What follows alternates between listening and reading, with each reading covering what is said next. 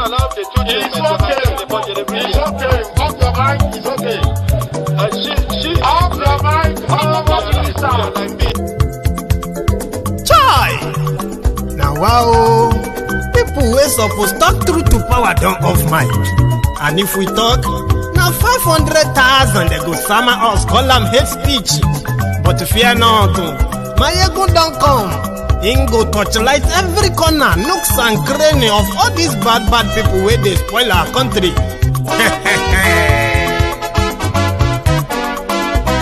So my people make we laugh, oh yo yo. Maiyegun don't come, oh yo yo. My people make we shout, oh yo yo. Maiyegun don't come, oh yo yo. Maiyegun don't come, man of the masses, oh yo yo. Maiyegun don't come, oh yo yo. Maiyegun diary politico, oh yo yo. Maiyegun don't come, oh yo yo. This one not the off in mind, oh yo yo. Maiyegun don't come, oh yo yo. Can in the touchlight every corner, oh yo yo. Maiyegun don't come, oh yo yo. Okay, some people be they holla say they want the power. Chai, them be promise us say we go get light and power. Them hustle sote they can't get the power. But now they know they do anything with the power. Every day, dollar just they get the higher power over naira. See them talk say make we off mind, but thank God say Maiyegun don't come. So my people make you loud, oh yo yo. Maiyegun don't come, oh yo yo. My people make we shout, oh yo yo. Maiyegun don't come, oh yo yo. Maiyegun don't come, man of the masses, oh yo yo. Maiyegun don't come, oh yo yo. Maiyegun diary politico, oh yo yo. Maiyegun don't come, oh yo yo. This one not they off in mind, oh yo yo. Maiyegun don't come, oh yo yo. Person where they do evil, no one make person talk. Them say that Maiyegun, that man too they talk. He too they talk. Say Maiyegun diary, he they hot like pepper. But every day then they take money in bulk. Poor man picking, they the street they hawk. Still them talk say make we no talk. But thank God say Maiyegun don't come. So my people make you loud, oh yo yo. Maiyegun don't come, oh yo yo. My people make you shout, oh yo yo. Maiyegun don't come, oh yo yo.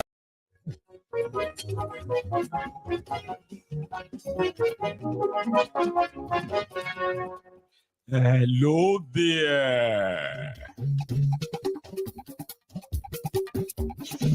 Maiyegun la wa mo to do.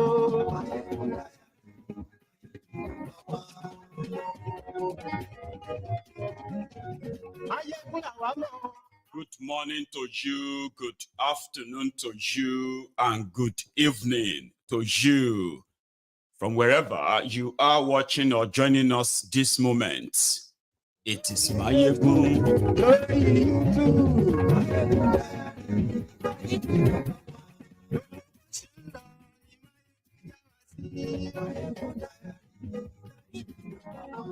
Àṣírí ọ̀dẹ̀lú kì í kó níbẹ̀ o.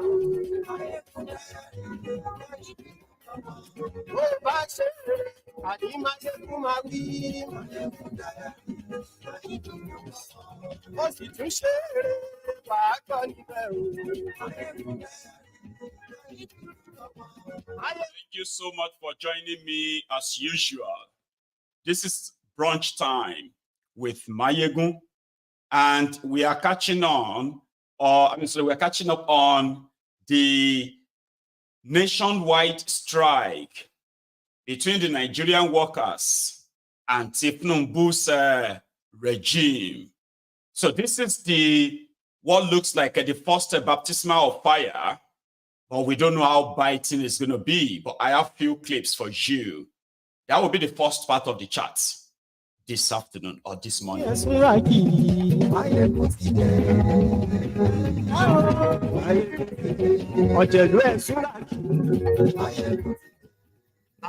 Nigerian workers are demanding for a new minimum wage of 494,000 naira. The one that the Tinubu's government says is unrealistic. To pay minimum wage of 494,000 naira will bankrupt Nigeria. So they are offering them 60,000, and the workers rejected that. Now the ASUU have also joined, which makes it even more bigger. There will be no ASUU strike. Tinubu promised some of you, the students, right? Well, there is ASUU strike.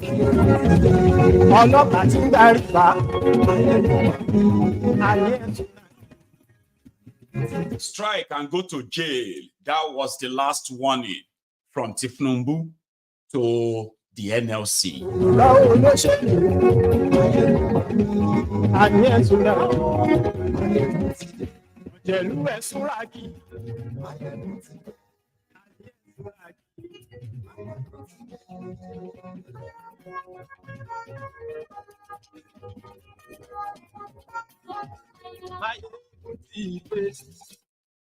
Thank you.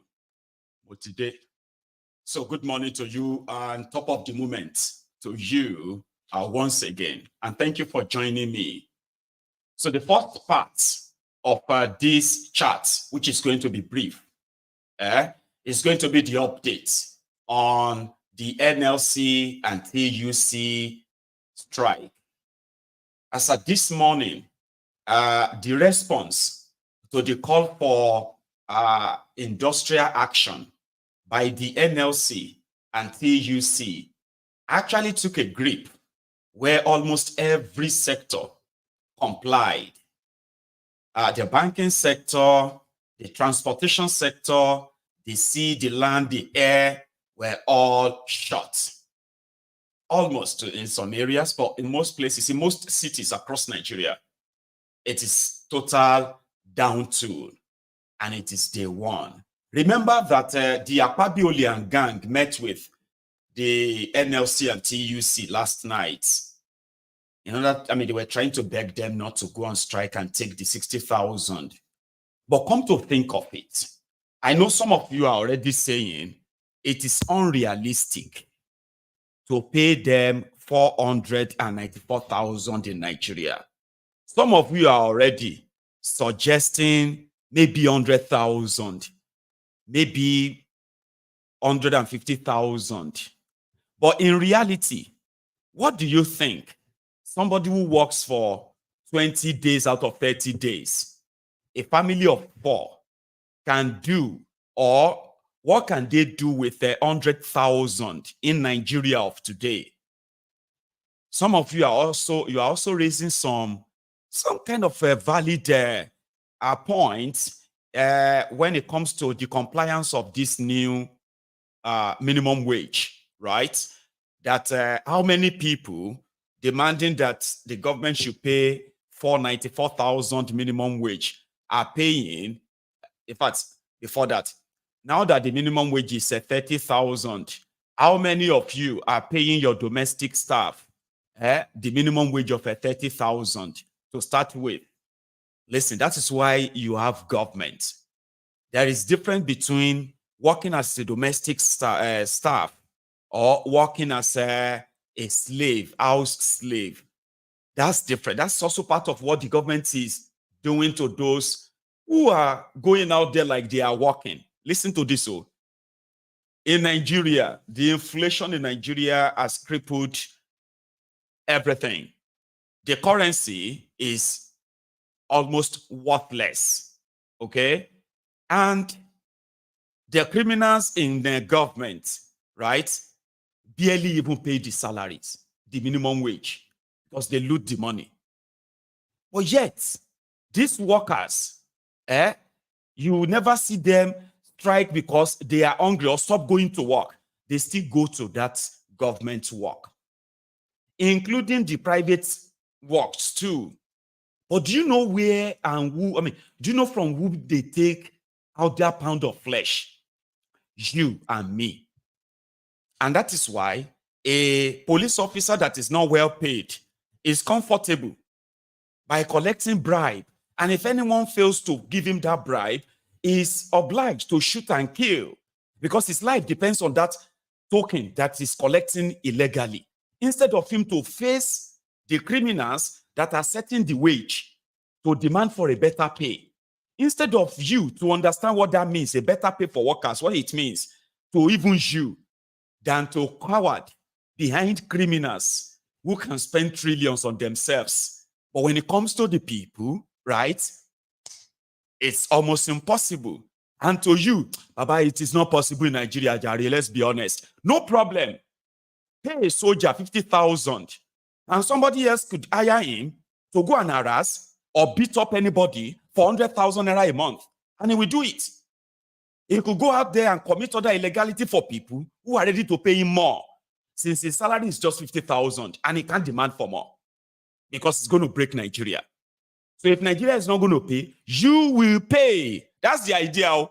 Because the advantage of paying the workers well is that it is actually a way of gauging government income and expenses. Here you get. Because by then you'll be able to actually know who is paying taxes, right? Who is working, who is not. And who are those who are like living off the government and all of that. So you'll be able to balance yourself. If you pay the workers well, why? The money you pay them, they are not going to go and buy a house in Dubai. The salary you pay them, 1 million, 2 million naira a month that you pay them, majority of them are going to use that inside Nigeria, running the economy, buying and selling. The buyers who have the sellers who have buyers. The buyers who have what to buy. And the value of your own currency economy, which you have killed, by the way, on the lack of a real investment in production. Oh. But you don't want to give them that money. Even when you claim to want to pay them the 30,000, it is not general. Right? So who paid the extra? Me and you. We are the ones who paid the extra that the likes of Tifnumbu and Bokwari back then, and even Tifnumbu now, the money that they are using and spending on themselves, all those billions and trillions, all those loot that you are seeing, that are supposed to really go into the Nigeria economy, really invest in your people. And they choose not. So at the end of the day, corruption is what? Corruption is the order of the day. So if they tell you that they can't pay it, and you agree, no wahala. May everybody they wallow inside that abnormalities. I will let you know what you are doing. That's why I am here. Mine is to kind of explain it to you that you will not continue to pretend that you don't know. You do know. The choice is yours to either pretend or stand up, because you are going to continue to bid. It's like when they increase their import tariff because they want to make more money, and possibly they want to, especially when Bokwari was targeting the Igbos and their businesses as planned. Bokwari wasn't demolishing businesses of Igbos. What Bokwari did was to increase the cost of bringing anything into Nigeria. And who are those? 60 to 70% of those who are importers or bring things into Nigeria, they are from the eastern part of Nigeria. So when they were increasing all those things, increasing them, when they are making economic policies that continue to make it harder for these people to do their businesses, they continue to do their businesses because you continue to pay for what your government thought they were using to punish other people. So if the criminals are comfortable budgeting, even borrowing trillions of naira to make themselves comfortable, and then when it comes to the workers, to the people, starting from the federal to the state to the local government and even to the private sectors, which I sympathize with them, because it's like they are between the devil and the deep blue sea. Okay, the private sector said they met. Well, the misinformation minister said private sector met with them and they agreed on 60,000. I know that the same private sectors are those these criminals they are like strangulating for multi-tax or something, right? Where they are taxing them in, well, then they and their workers also have to exist in the economy created by these rogues. The economy where what can 60,000 do for a bachelor? Or what do you think 60,000 would do for a family of 4? But they said they agreed with the government that, okay, yeah, they will pay 60,000. Some of them pay well. They pay good money. And somehow, they are struggling right now. Many of them are shutting down, leaving Nigeria. And so many people losing their jobs. The start on that is yet to come out, right? Then some of these businesses, instead of folding up, they decided to just lay off some people in order to kind of be able to increase the salary of some of their staff to meet up the economy of Tifnumbu, the Tifnumbunomics, where the likes of, what's the guy's name again? Wale Edunsin is the one in charge of your economy. Abubakar Atiku Bagudu in charge of your economy. And they are telling you to wait, don't worry, and all of that. So yeah, if you think they can't pay it, I agree with you. But the worker says, well, they would no longer take what is called minimum wage, maximum suffering. I call it a maximum shege. So today, ladies and gentlemen, let me take you to the streets of a few places in Nigeria. I will come with more, maybe later tonight, as the first part of this chat. So they were warned, do not go on strike. We are all laborers. That is what Akpabiole told them last night. A recap.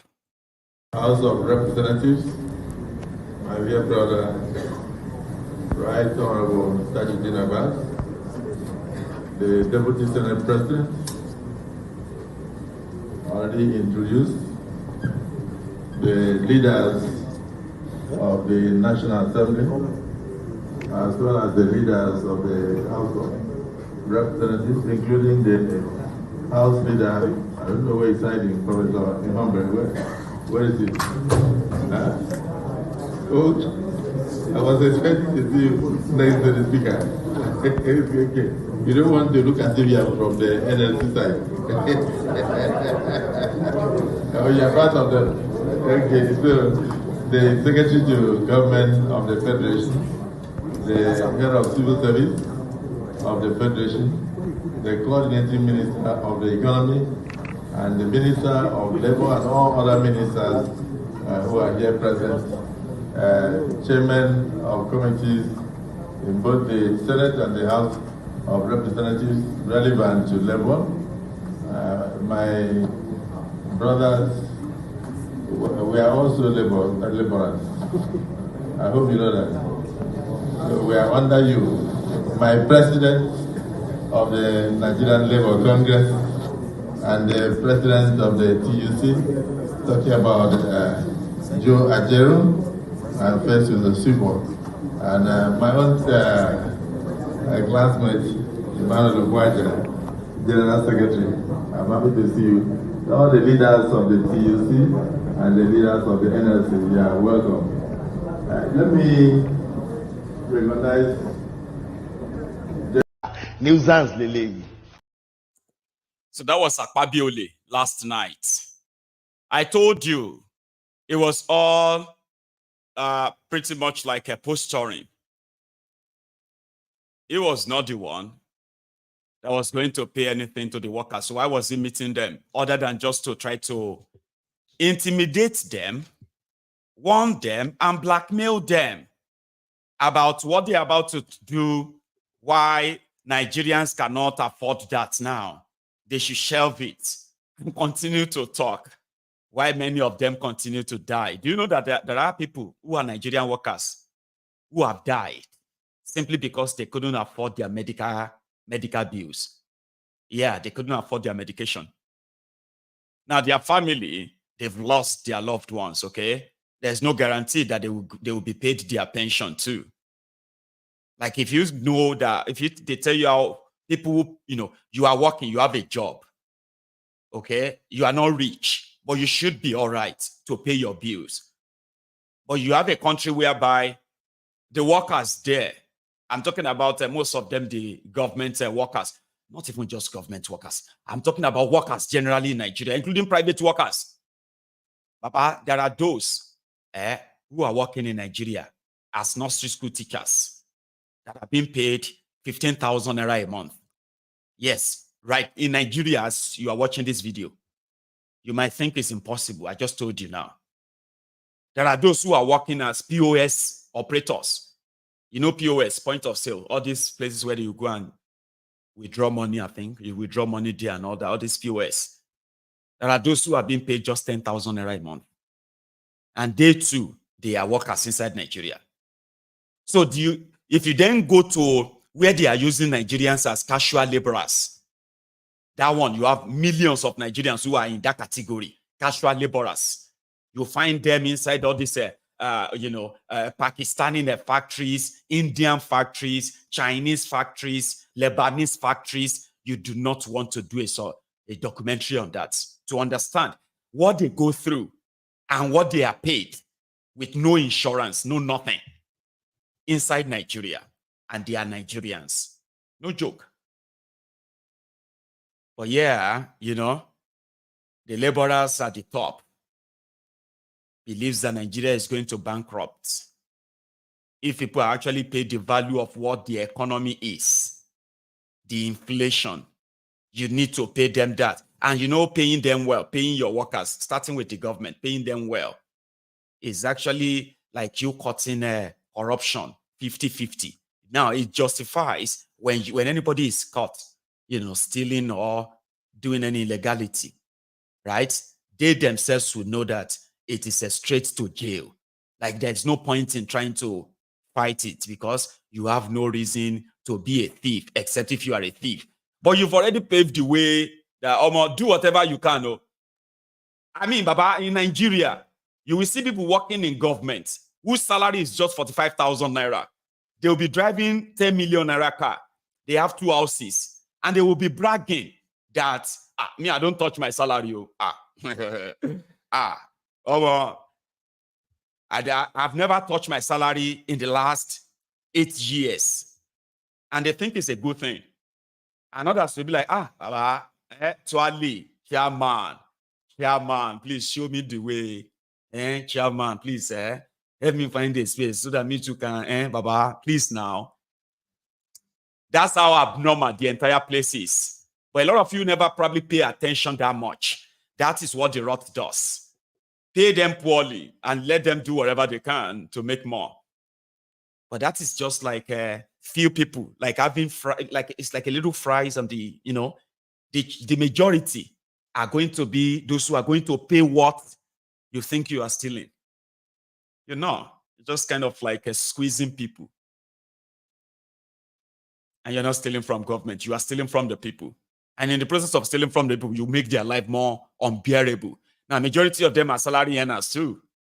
Okay, so when they make money, as they are budgeting for groceries, budgeting for rent, budgeting for transport and the rest of other bills, they will also have to budget for bribes for them to get, this document, that document, or get something from the government establishment. Because government is not paying their workers, you would have to part from your own income to bribe them for them to survive for that month, for that year.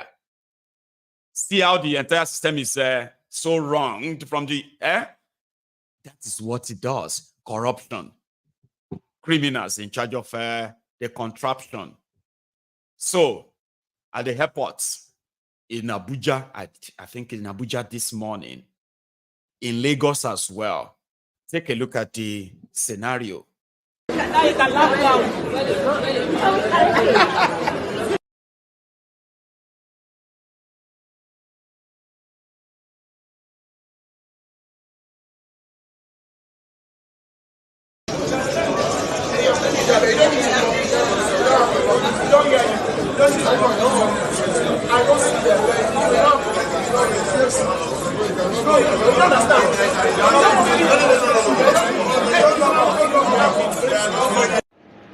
This is normal Monday morning, and you can see within the terminal building, which are just small goods to get into it. No activity is happening here. These are all the counters, checking in counters. They are not here. You can see one of the fan offset chasing people out. Mr. Adams, you can see him chasing people out, shouting, telling that lady to go out, that nobody should be found inside. We're only opportune to come inside this morning since we resumed around 5:35. Now they are here. You can see staffs moving around. All the counters empty, and then passengers are outside, and some are already returning back home because they feel that nothing will happen today. All right, thanks, Charles. I'm done from this. So inside the airport, same thing somewhere around the seaport. I think it's in Papa or so. I'll look for that clip, okay? But listen to this. This one too.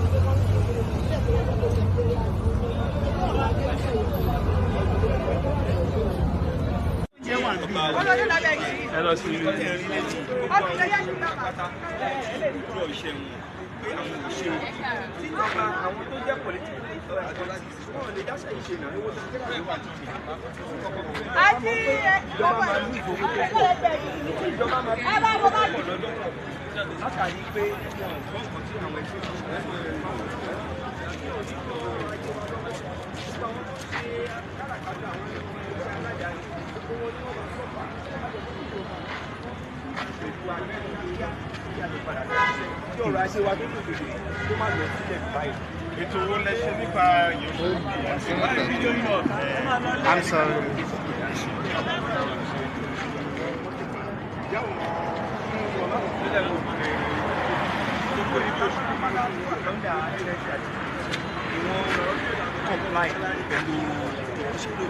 Ẹ bá lọ sí ibi tó ti ń wọkọ̀ òfurufú ní airport lọ́wọ́lọ́wọ́ báyìí wọ́n ti grand ẹ̀ látàlẹ́ àná lágo 12 àwọn oníná wọ́n ti yọ iná iná mọ̀nàmọ́ná kò sí iná àwọn olómi gbogbo ẹ̀ka àti gbẹ̀.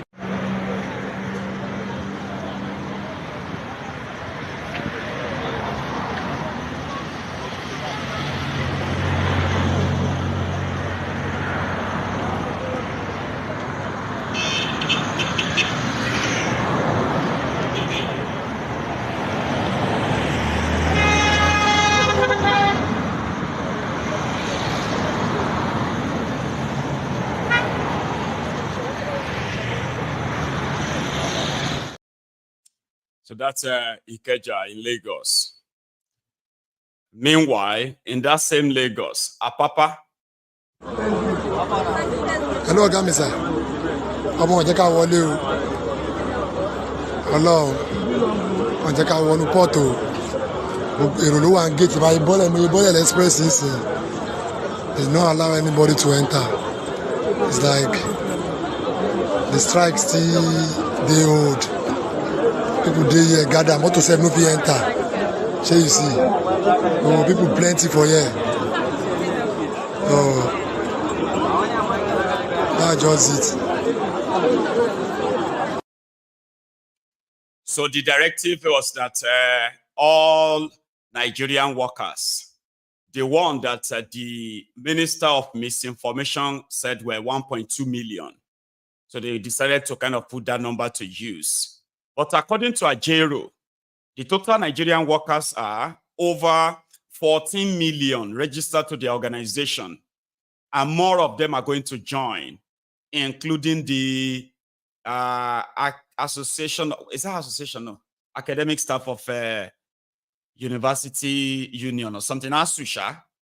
ASUU has also joined today, including the TCN, Transmission Company of Nigeria. That is the one responsible for the transmission of electricity. They've shut down the national grid of Nigeria as others are angling to joining them. Listen to that Minister of Misinformation this morning. We now join. That Labour will see reason call of the strike. We said earlier that, paying this amount that Labour has asked for is like paying a cumulative of 9.5 trillion naira to only 1.2 million Nigerians. This is a country of over 200 million people, and others also deserve other service of government. We have roads to fix, we have hospitals to build, we have education system to fix. The federal government is very sensitive to the demand of labor, but we also call on labor to see reason and toy the part. We're going to hit the call that the leadership of the National Assembly, has made to them. We do believe, and we sincerely hope that no one is interested in having a strike and industrial action at this point. Thank you very much. Thank you, sir. Thank you, sir. Nuisance Lele. So that was him, and Akwabiode and gang couldn't dissuade the guys from doing this today. The banks too, the bank staff, or do you call them the banking staffs or the bank staff? They too joined, and some of you, the operation of banks is believed to be skeletal today, as some said they were able to access banks, and then others said they couldn't. But in few places like this, people couldn't access banks because banks were shut too.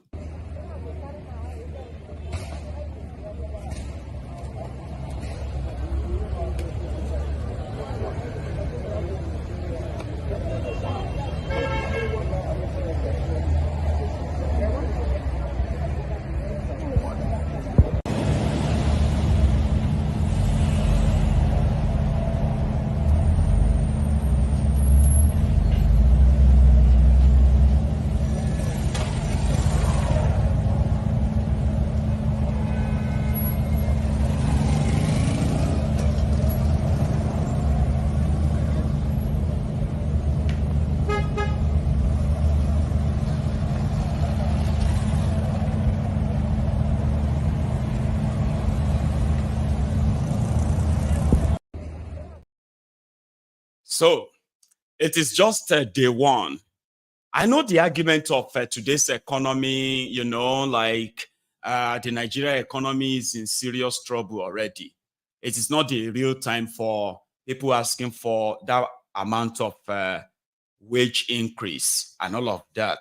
But you are wrong, because you know what these guys are doing is that, right? In the last 5 years, the Nigeria national budget has grown by more than 200%. Now, but the minimum wage of Nigeria, the wage of the workers didn't grow. Okay? But you know what has really grown in Nigerian budgets in the last 5 years? Overhead expenditure, which 90% of them are mostly for these public office holders, from the president to the last of them, wherever, yeah? I'm talking about what they actually allocate to themselves just to spend. That could actually go into so many so many sectors of the economy that could relieve the people, the workers. Okay, for example, you are earning 30,000, or let's say you are earning 100,000. Okay, as a senior government worker, you are earning 150,000, right? Now, from that, your 150,000, okay, you have an economy where the access to food or food cost is relatively very cheap, okay, relative to your salary. Where government has invested in some of these places, right? Instead of using the money to buy themselves the forex, that is, number one, very scarce. They are importing their cars. They are importing furnitures. They are importing cutleries, all for government uses across Nigeria, government houses. Now, you see all of this. They were not paying for them with Naira. They had to go and, scurry, or should we say like they have to scrape the scarce forex to pay for them in millions of dollars. The money that could easily have been used on easing importation. When you ease importation, like you subsidize importation, you make a cost of living affordable for the people. So by so doing, number one, you won't need to increase their salary if the economy is not to take it. How do you tell them that the economy can't take it? But over 6 trillion naira is going to go into private, in fact, over 7 trillion naira on bogus fake projects. It's inside the 2024 budget alone. 7 trillion naira fake projects. This is the money that will go into private pocket of some people. Less than 1,000 people. Do you understand that? So it's hard to say it to people and say, and then you're actually doing things that is not helping the economy, is actually ruining it more, but you want them to bear the brunt. That is unfair. Well, if you ask me, it's unfair, but I don't know how to possibly explain that to others, you know. It is unfair. So if you want to say austerity, things tough, things hard, then everybody has to bear it. It is not the time you will now increase the salary of judges by 120%. It is not the time you will now start going about doing Father Christmas with people's money. Sending people to Mecca with over 500 billion naira. 90 billion of that came from Tifnumbu's piggy bank. Now, you cannot tell people that things are tough and you are making all these ridiculous financial decisions. That is not fair. Yeah, it's not. He who comes to equity must come with clean hands, they say. You come to equity, you come with clean hands. But these guys are not clean. They are dishonest people. So if they tell you something is impossible, it is because it is going to affect what they are getting. Can't you see? So all of the, maybe NLC, TUC, they would have to wait for the people that go to Mecca to pray. Let's wait for the return of the people who go to Mecca. Maybe when they come back, the economy and everything will be fine. But until then, maybe everybody should just continue to sing the Nigeria we wait, Nigeria we motherland nonsense, right? It's up to you. Talking about the Nigeria you hail thee. Oh, I was looking for a good name for that. That just hit my mind. Anyway, to those who are talking about the Nigeria you hail thee, this conversation took place on Arise television yesterday. And it's between this, our guy, Eniebo. Did I even pronounce it right? Right? Anyway, you will see his face soon. Anyway, with someone who is an Agbadorian handling what they call the, I think I screenshotted the name. I wanted to say the real thing so that you can know that you can know who this person is. It's an Agbadorian, no doubt. Okay. However, where is that? Oh, brilliant. So they said is the Director General of the National Institute for Cultural Orientation. The man in charge of the Nigeria Institute of Cultural Orientation is here to ask you, what's the problem you going on with the Nigeria we? Because this anthem speak about our problems. This anthem is speak to us of who we are, to remind us. So after that, what else does it do? Is that not enough? For anthem to remind you? Yeah, remind you. Remind me of what, Baba? I'm very happy that this guy is also in the studio.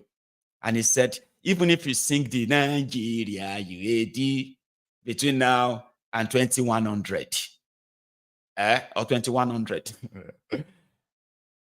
it will never change anything inside that contraption. Listen, please. But I wanted to also ask, I want to ask both of you actually, what do you think of this sudden decision to reintroduce the old national anthem? And this is my last question for both of you. What do you think about that? Let's start with you in Well, let me quickly say something about that. The argument people have against the old national anthem is the fact that it was handed down by the British. And that is not even true. The content of the old national anthem that has been reviewed and brought back appears to address our problem as a people a lot more. I do not see what exactly is structurally wrong in reintroducing the old national anthem, Nigeria We Hail Thee. A national anthem that speaks to our diversity and our problems at this point in time. I do not see anything. All those that are criticizing the national anthem, introducing the old national anthem, is just for want of criticism. Wait, Biodun, as usual. You're not allowing me to ask you. I really do not see anything. Calm down. You're not allowing me to ask any questions. Before I go to the Nebe, what was wrong with the Arise, O Compatriots anthem that we had? What was wrong with the wordings? How come we've used it for 20 years or so, and then all of a sudden we now decide that's not good enough? We want to now go back to where we're coming from. What was wrong with the second anthem? Are you done with the question? Yes, I am. I'm asking you. Good. And I want to ask you, I just said it in the last statement I made, that the new national anthem, so to speak, that is Nigerian We Hail Thee, appears to address the situation of Nigeria at this time better. Oh, okay. I mean, that's what the way I see it. Perhaps that's the way the president sees it too. And of course, he didn't just wake up one morning and say revert back to the old national anthem. It went through the processes of National Assembly and all of that, and he got the bill accented at the end of the day. Okay. So I really do not see anything wrong with it. Okay. Nebehen, do you have anything that you want to add to that? And then, in your quickly. Yes, quickly. He said Tinubu is fighting corruption. I don't want us to have a debate on that. But Tinubu never promised to fight corruption. He did not campaign on anti-corruption. So that is the point I want to make. Secondly, Femi Adesina once insinuated that maybe there is some witchcraft or voodoo in the villa that disturbs our leaders. I don't know whether that was true. But when you see some of the things that happen in this country, you begin to wonder what inspires the politicians to do the things they do. National anthem is not going to change anything. It shows that our politicians do not prioritize the things that matter. They are majoring on the minor. I have 2 problems with it. The first is that you do not change a major national symbol like the anthem that people have sung for decades without proper consultation. As if you are just decreeing it, passing a decree. No proper engagement with the Nigerian people. And you just sit in the Akpabio National Assembly, right? With the executive and bring it to law by force without proper engagement. That was wrong. Secondly, has that affected the inflation? Has it reduced the cost of fuel? Has it affected the price of cassava, gado, and abado in the market? Has it affected anything? Has this changed the security in the country? Changing the national anthem will not change anything. If this government is serious, it is the character of those in government that should change. It is the policies that will affect our lives that should change. Changing national anthem will not make Nigerians patriotic. We are just deceiving ourselves. Whether it is Nigeria We Hail Thee, whether it is Arise, O Compatriot, sing it 100 times in the villa every morning, every afternoon. It will not make the president to do the right thing. Thank you so much. What Nigerians want is a government that is sensitive. It is a government that listens to the yearning of our people. Prioritize the things that are important. If you want to pursue structural reforms, begin by having conversation on whether we should have a unicameral or a bicameral legislature. Thank you so much. Whether we should have 45 or 44 ministers. Thank you so much. They are not addressing that. Thank you so much, Mr. Nebehe. Triviality. Thank you. We are really pressed for time now. But I wanted to also ask. Inibi, thank you very much. Thank you. You don't nail on.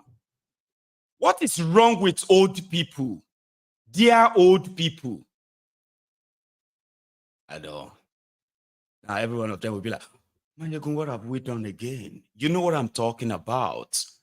That's one of you on that screen. They said the older the wine, the better. What is wrong with all these old people in Nigeria? Not all. Some of you old people in Nigeria, that you have grown old and you become dishonest. You become so dishonest. And then you get so angry. When you are called out like Baba, you are lying. How dare you say Agbalagba is lying? Because you are lying. How do you think? People like us, younger generation who are old enough to be your children, sitting down and watch you with your white beard, white hair, lying. Be so dishonest, not straightforward. Come on, man. Did you hear that old man? They are so angry. They are wondering why all these younger people are challenging them. Because you can see through your fraud. And that is why the next thing is to threaten us. Are you sure you want to grow old like this? Do you, this boy? Watch your mouth. Oh, Baba, you have grown old. And if growing old is to be like you useless old people, seriously? Who would rather not even want to grow old? Who wants to grow old to be Africa at the age of 70, age of 60? At your age, you will go on and you will deceive millions of people. For what? For what? To buy a car, to have a house, or what? They go everywhere, shaming themselves, and they now become angry that they are disrespected. You, all of now, where your papa, your mama, they have WhatsApp group where they are in their 50s, 60s, all right? Helping to share propaganda, lies, bigotry, and the rest of that.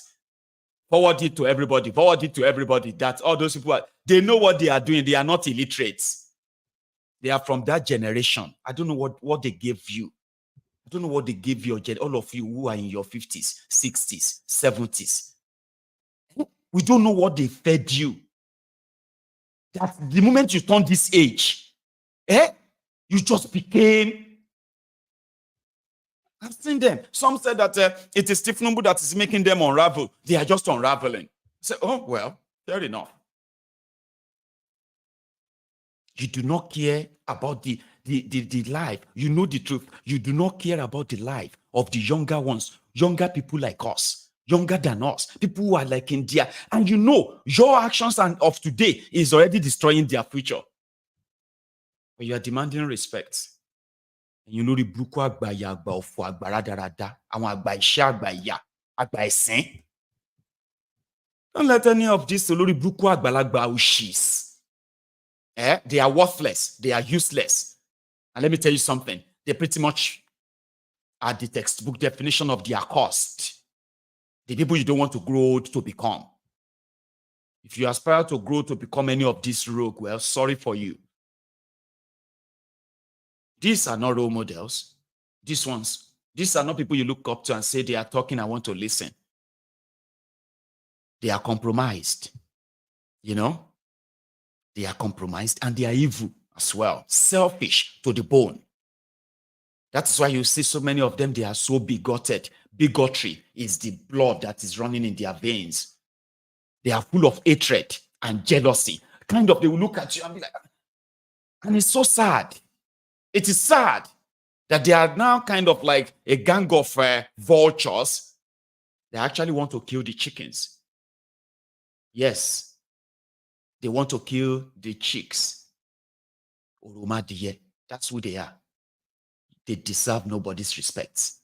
None of them does. When you see them come out and expose themselves this way. They love demanding for respect. Well, anyway, from the announcement of the AEDC, these customers in Abuja who happen to be the government, you remember 3 months ago when the news came that the Old Rock and others, they are owing the electricity bill of over 50 billion naira. Well, there are more ministries, departments, parastatals, the rest of them. The money they budget every year, somebody else has already looted it too. They are owing NEPA. Now they've cut off all their lights today. Now they've cut off all their lights Nigerian Army, Air Force, Nigerian Defense Headquarters, Nigeria Federal Capital Development Authority. That is Wirewike's office. Wirewike was shut out. They've cut off his light, cut off his water. They've cut off Kogi State Government Building, Niger State, Nigeria Police Force Headquarters. Papa, look at it. Secretary of the Government of the Federation. All of them, Ministry of Education, Women Affairs, Industry, Trade, Interior, Water Resources, National Stadium, right? All these places, they said they are owing. And as of today, to further commemorate the protest, the indefinite strike today, they have been shut down. But what does it even matter? When the TCN staff have already shut down the national grid. As it is right now, there is no electricity in Nigeria, except for some authorities who probably have theirs off the normal grid. If your electricity is from the national grid, there is no electricity in Nigeria as we speak. Anyway, it's not only that they were not being paid, they were even being owed the service that they rendered, the money that has been budgeted and stolen, possibly. So that is the state of Nigeria as we speak. So those of you who are the unemployed youth, they were promised cassava gari and ewa. Cassava gari beans, it's been a year now. More people have now joined you. You know the abracadabra that Tinubu did, the fraud. Currently, the unemployment rate in Nigeria is over 60%. Now, before then, it was over 40%. Tinubu came in 2 days or 3 days after. They said, oh, that metric they are using to measure who is employed, who is not employed is not right. They came up with their figure. Right now, the Tinubu and code says Nigerians are fully employed. In fact, only 4% of them don't have job. It's been over a year. But you could tell. Reminder. And we are competing with armed robbers and the bandits to recruit from the youths who are unemployed. 33% unemployed.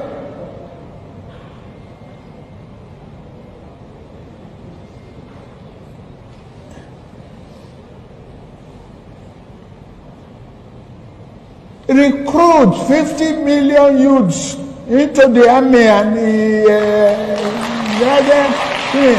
take away from their recruitment source. What they will eat? Cassava, agbado, corn in the morning, yam in the afternoon. It's growing here. You create demand and consumption.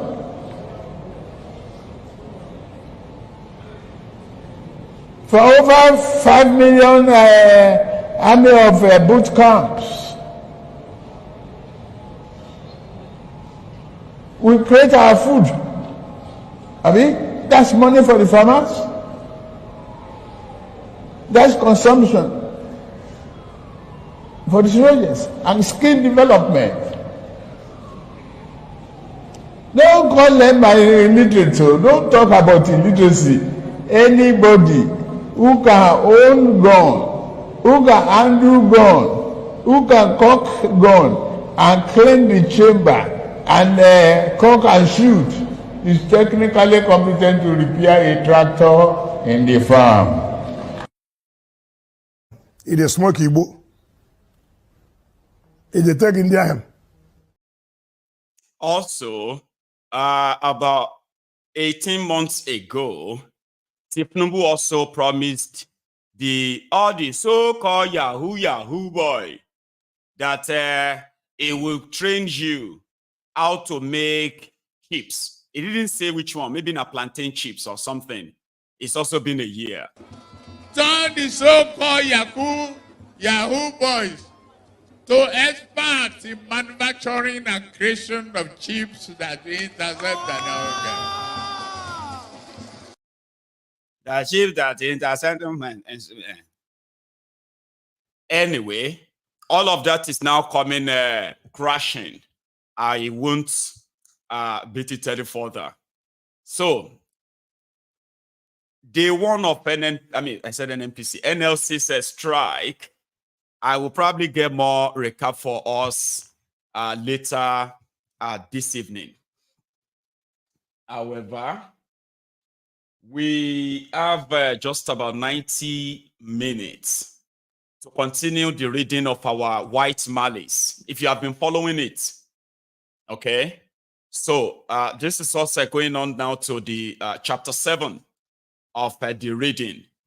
Now, if you haven't really listened to the reading from the beginning, okay, it's ideal that after watching this, you can actually catch up, all right, on this.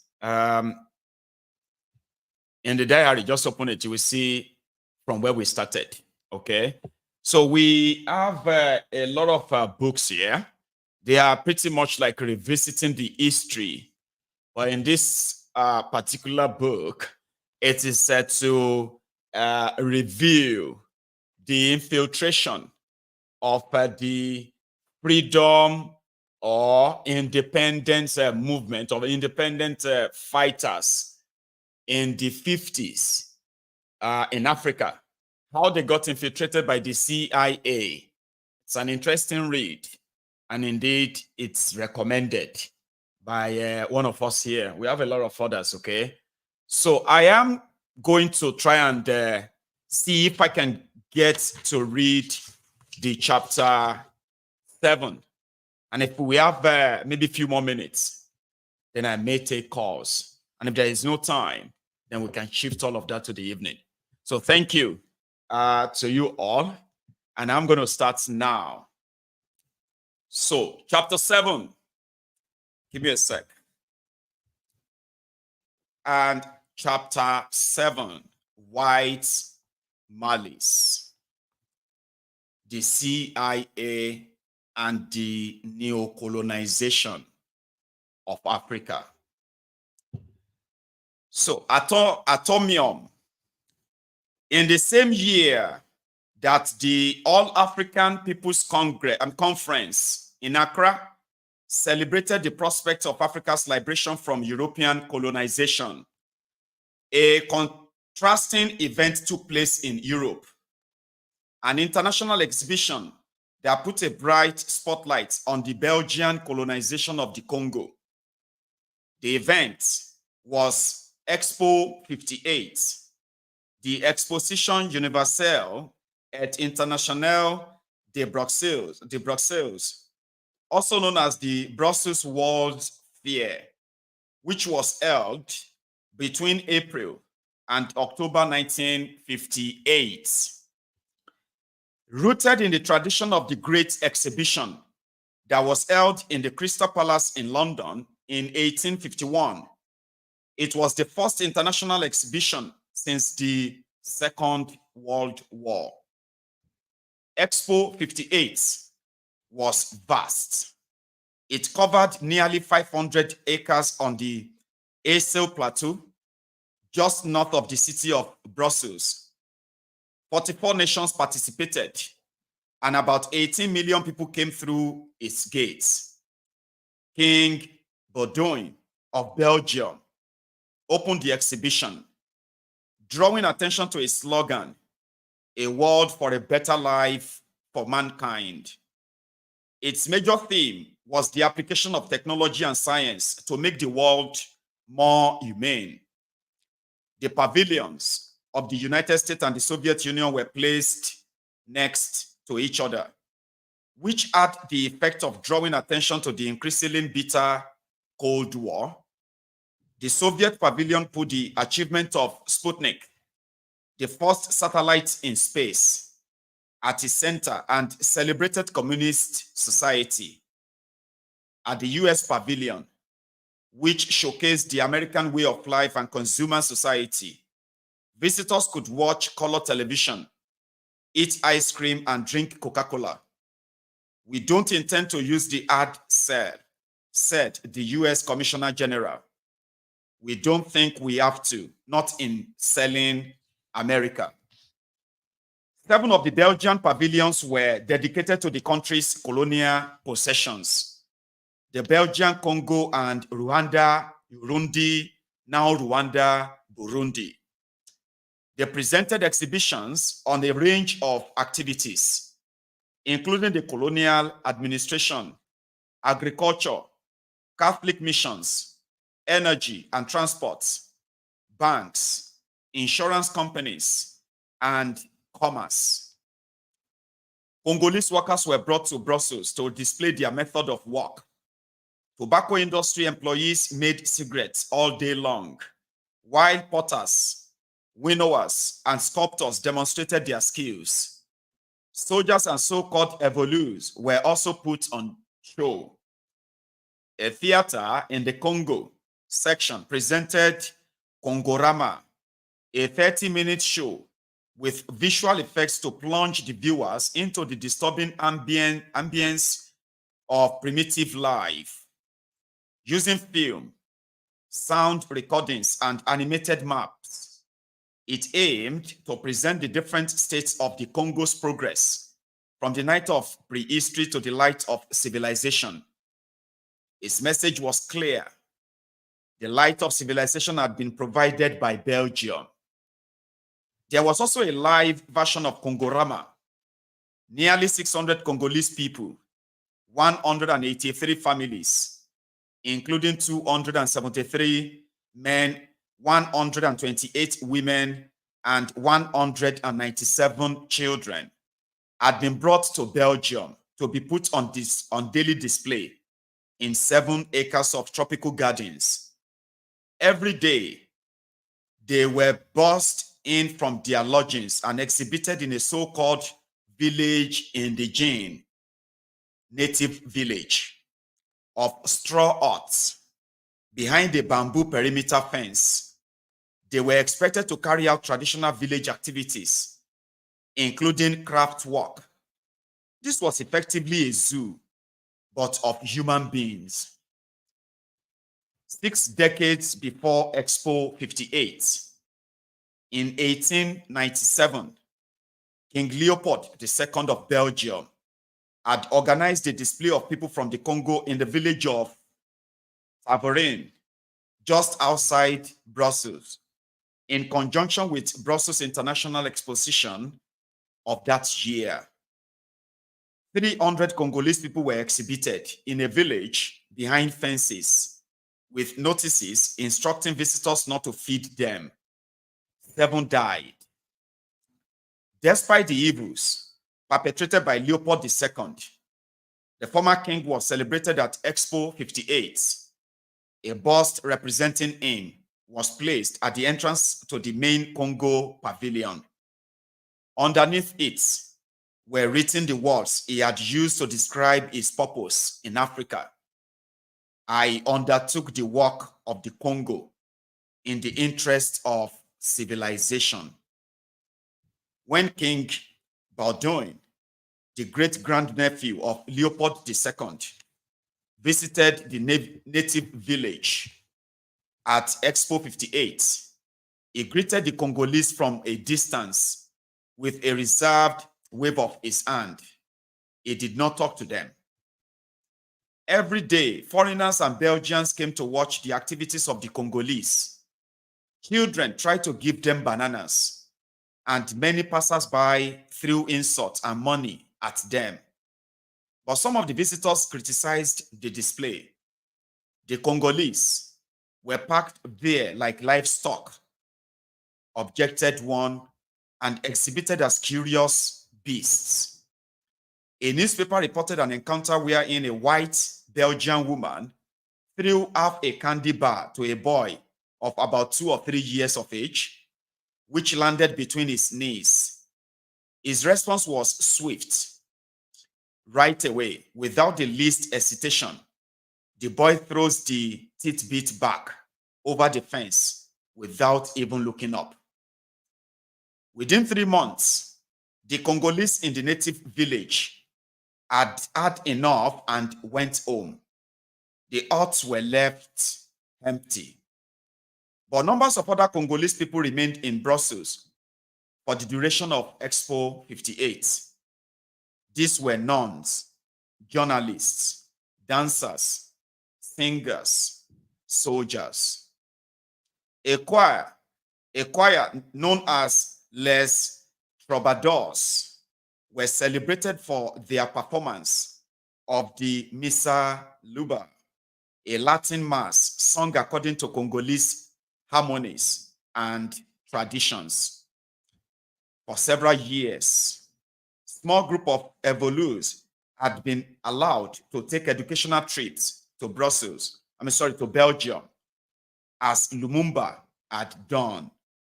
But now, hundreds of Congolese, including a large group of soldiers, were invited for stays of a few months to visit the expo. My father was allowed to go to Belgium in 1958, recalled James Kolonga. He was very impressed by what he saw. Europeans who washed dishes and swept the streets. He didn't know that existed. There were even white beggars. That was a real eye-opener for him. The Congolese visitors saw that they were welcomed in the restaurants, cafes, and movie theaters of Brussels. That, too, was very different from the daily segregation they experienced in the colony. The Congolese visitors to Expo 58 not only discovered a different Belgium, but they also discovered each other. Until now, restrictions on travel and the long distances in the Congo had meant there was little contact between residents of the various regions. But during those months in Belgium in 1958, people from different parts of the vast territory talked with each other about the situation at home and dreamed of a different future. A number of Evolus were approached by Belgian politicians and trade union leaders from different sides of the political spectrum. The star soccer player of the daring football club in Leopoldville, Longin Ungwadi, who was nicknamed the Rubber Band, came to Brussels as a servant to the current Governor General, Leo Petillon, but was not able to go to the expo site. We went by plane, he recalled in an interview. I went along as Petillon's houseboy. I stayed in Namur and had to cook and do the laundry. Petillon went to the World's Fair and had to the World Fair to look at all the merchandise, copper, diamonds, everything from Congo, everything from every country. But while Petillon was dining in Brussels with the Duke of Edinburgh and the Dutch Minister of Foreign Affairs, Ungwadi remained behind in the kitchen in Namur. The Daring Club was the top soccer team in the Congo. It had made the Angolan holding Roberto,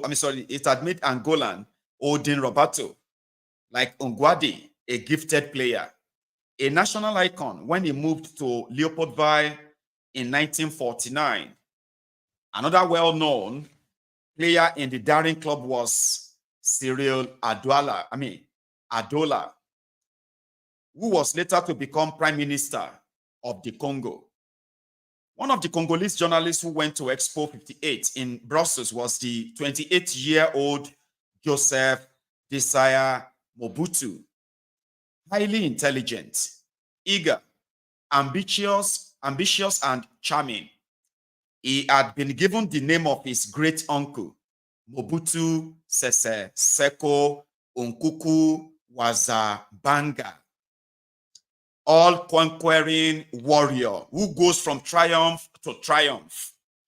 His father, who was a catechist and a cook for the Capuchin missionaries, had died when he was 8. This caused problems during Mobutu's childhood, as his widowed mother struggled to support her children. In some ways, Mobutu was like Patrice Lumumba. At school, he had stood up to teachers when he felt they were unjust. He He was an avid reader and student. He disliked Catholic missionaries, and he was very thin and nearsighted. After 1 year of secondary education, he joined the Force Publique, the colonial troops of the Belgian Congo, as a secretary typist. In 1954, he was promoted to the rank of sergeant. He then, again, like Lumumba, began writing articles for publications. In 1956, Mobutu left the army to become a full-time journalist and went to Leopoldville, where he wrote for Actualites Africains and the daily newspaper, L'Avenir. During this period, George Uzongola Untalaja. Mobutu was hired as an informer for the Belgian intelligence service. After 2 years of this work, Mobutu was invited to Expo to represent the two journals at the Congrès de la Presse Coloniale, an international congress of the colonial press. It had also been arranged for him to be trained in intelligence in Brussels under the cover of training in social work. On the plane to Brussels, Mobutu sat next to a Belgian journalist who later recalled that Mobutu seemed a bit anxious and plied him with questions about Belgium. At the Congress, the journalist introduced Mobutu to people. His curiosity was insatiable. He wanted to visit everything, see everything, and understand everything. Mobutu picked things up fast, and after a few days, he got on fine. Clever and amusing, he easily charmed journalists who sought him out to ask questions about the Congo. With the rising tide of African nationalism having hit the Congo, wrote Nzogola Untalaja, Belgian and US policymakers were anxious to know who was who among the emergent politicians. The visitors to Brussels were scrutinized carefully. Mobutu quickly caught the eye of an American working at the US. An American working at the US Embassy in Brussels, Lawrence Raymond Devlin, generally known as Larry, a veteran of World War II and a Harvard graduate who by then was in his mid-late 30s. Devlin had been attached to the US Embassy since March 1957 as an attaché and political officer, but his position at the embassy was a cover. In fact, he was working for the CIA. Devlin retained Mobutu's services as an informer. Mobutu was now working for both the Belgians and the Americans. The Congo and Rwanda-Urundi pavilions and the Congolese village were located in the shadows, almost at the foot of the centerpiece of Expo 58, the Atomium, the futuristic buildings. Brussels answers to Paris Eiffel Tower of 1889 is a 355-foot tall structure resembling the 9 atoms of a crystal of iron enlarged 160 billion times. The Atomium showcased the Belgian nuclear industry, of which the nation was extremely proud. The true origin and the reason for this industry was the Hinkolobwe uranium mine. One sec. Hang on. I hope you are listening, right? Because sometimes when I'm reading that way, I just concentrate on the reading on the book. So I hope the audio is still perfect. Indeed, this is just history that a lot of us from this generation need to know, like word for word, fact for fact. so that when we are making requests, when we're making, when we are making demand for a better continent or our own country and the rest, we should never forget that our forebearers had the same vision, but there were those who ensured that that vision never see the light of the day, and those people are still around till today. So be very careful of who you call for help or who you seek for support, because you might be sleeping with your enemy, so to say. So yeah, thank you. So let us continue.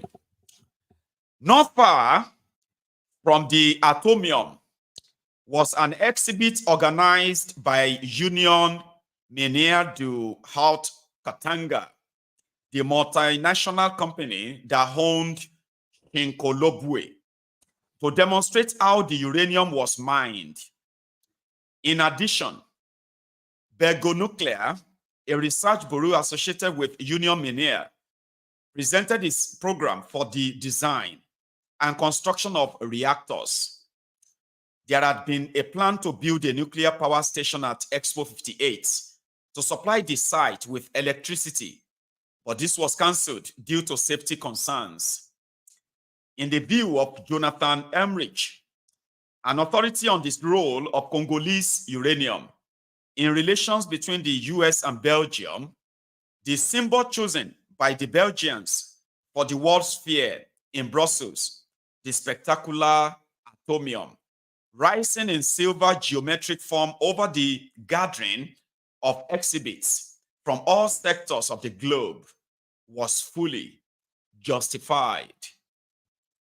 The atomic era created new and terrifying threats to the globe, unheard of before World War II.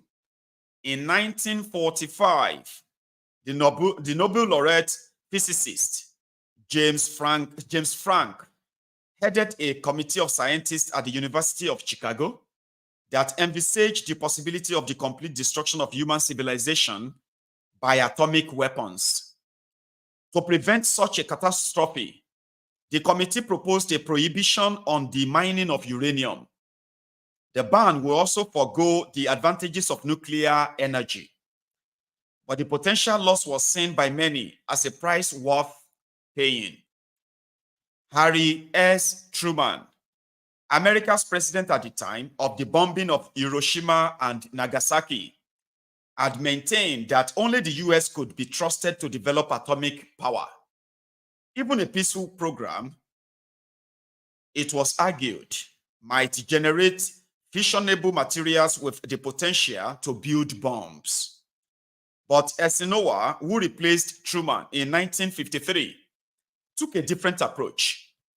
He attempted to dispel alarm and fear with the idea of the atom as potential benign.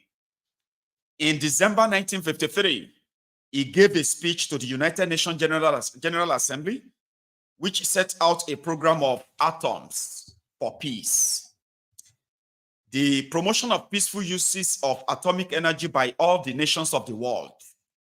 He argued that there was a special purpose to promote atomic energy in the power-starved areas of the world. Eisenhower also called for the creation of an International Atomic Energy Agency, IAEA, to accept fissile materials from the atomic powers for the benefit of all nations. However, the United States possessed stockpiles of fissile materials that were much larger than those of the Soviets. It will be to the advantage of the US. Therefore, if the Soviets were to lose some of their materials by donating them to the IAEA. In 1955, under the auspices of the United Nations, Geneva hosted a major international conference called Atoms for Peace. The most popular exhibit was a working reactor installed by the US with a blue radiation glow. Eisenhower came to see it, as did many thousands of visitors, some of whom enjoyed going right up to it and touching its parts. The historian of science, John Krieg has argued that this presentation of the US reactor in Geneva was a masterpiece of marketing. It was intended to demystify nuclear power and to show that anyone and any nation could exploit it safely and to social advantage. Atoms for Peace exhibits were taken to many parts of the world, including Ghana. In 1957, the IAEA was set within the family of the United Nations to promote the peaceful use of nuclear energy and to inspect nuclear facilities. Its responsibilities included the monitoring of fuel in order to reveal any diversion to military purposes. Many in the non-aligned world were persuaded by Eisenhower's speech about the value of an atomic reactor. They applied it to their own situation with the belief that modern technology should be made available to all parts of the world. Prime Minister Nehru of India was the first to take this forward. He set up India's atomic energy establishment in 1954. In the following year, India accepted an offer of a reactor from Canada. Kwame Nkrumah shared Nehru's enthusiasm for the potential of atomic power.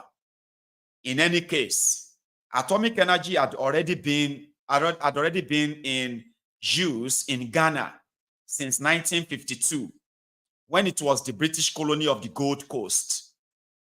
Radiostrontium, a radioactive isotope of strontium, was used in experiments on monkeys.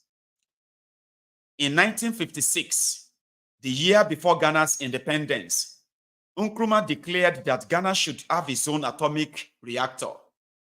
The British governor of the Gold Coast reported on Nkrumah's plan to the colonial secretary in London that Nkrumah was examining the possibility of erecting an experimental nuclear reactor. However, the governor anticipated a difficulty with obtaining uranium. It appears that one of the most important problems is the supply of the fissile material, which it is understood is scarce. In the event of this government deciding to go on with the reactor, it will wish to seek your good offices in securing the necessary fissile material. The governor appears to have been unaware that the world's richest uranium ore was mined on the African continent in the Belgian Congo. Nkrumah was keen that African nations should benefit from atomic energy, but he was also concerned that the people of Africa should not be exposed to to the dangers of atomic weapons testing, rather. Other African leaders felt the same.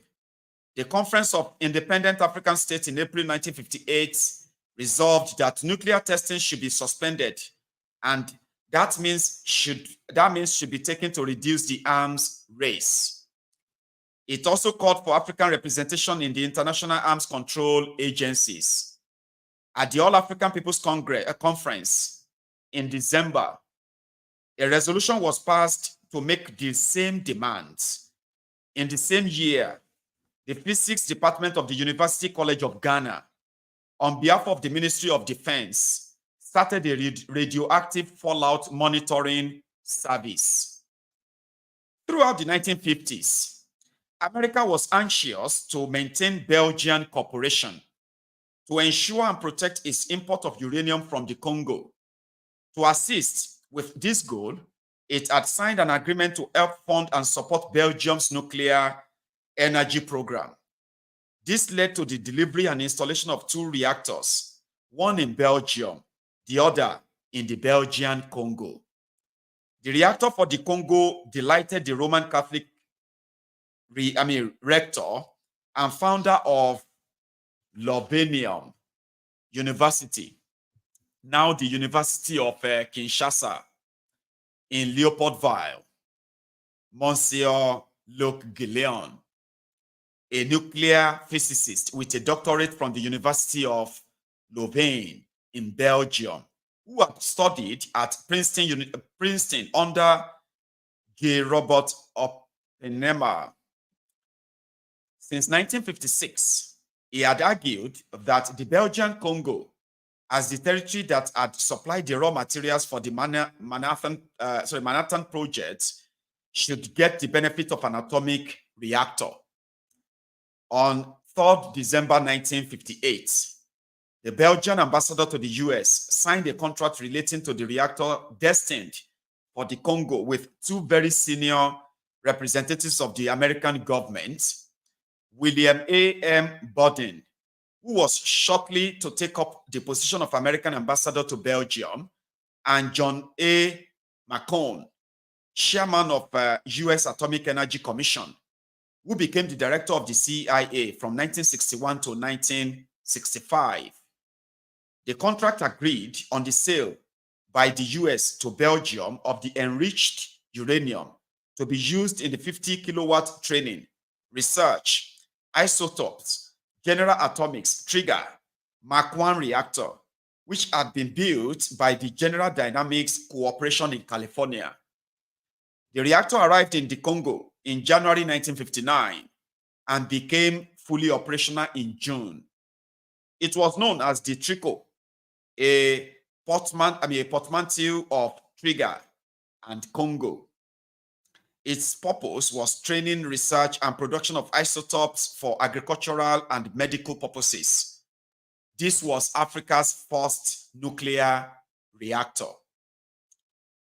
Among the numerous Americans visiting Brussels for Expo 58 was a brilliant financier with business interests in Africa.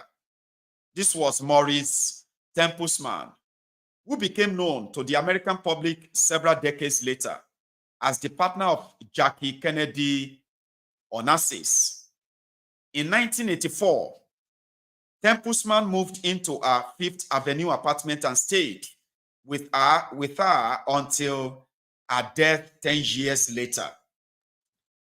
One observer described him then as short, portly, older looking than his actual years, adding that he smoked downhill cigars and was fluent in a number of foreign languages. Tempusman was born in Belgium, but his Orthodox Jewish family fled in 1940 to escape the Nazi invasion. After 2 years in Jamaica, they moved to New York, where Tempusman worked for his father, a broker of raw diamonds. In the family firm, Leon Tempusman and Son. In 1950, when Maurice Tempusman was only 21, he persuaded the US government to buy industrial diamond for its stockpile of strategic minerals. As the middleman in the process, he made millions of dollars. In the 1950s, Tempusman established a close working relationship with Adlai E. Stevenson, a prominent lawyer who was the US Democratic presidential candidate in 1952 and 1956. Stevenson included American Metal Climax among his company's clients and was an old friend of Harold Hochschild, the chairman of his board of trustees. American Metal Climax, which had a vast network of mines in Africa, assisted with the financing of the African American Institute when it was founded by the CIA in 1953. Among the businessmen recruited to the board of the AAI were Hochschild, William Bodin, and Tempusman. Another client of Stevenson was Reynolds Metals, on whose behalf Stevenson acted in relation to the aluminium smelter in Ghana that will be fueled by the massive Volta Dam hydroelectric project at Akosombo. In 1955, Stevenson went to Ghana, where he had an appointment with Nkrumah. Whatever happens to Ghana, said Stevenson afterwards, must have a profound effect, for better or for worse, on the rest of Africa, and therefore the whole world. He took a keen interest in anti-colonial development, but had a painfully condescending view of people living on the continent of Africa.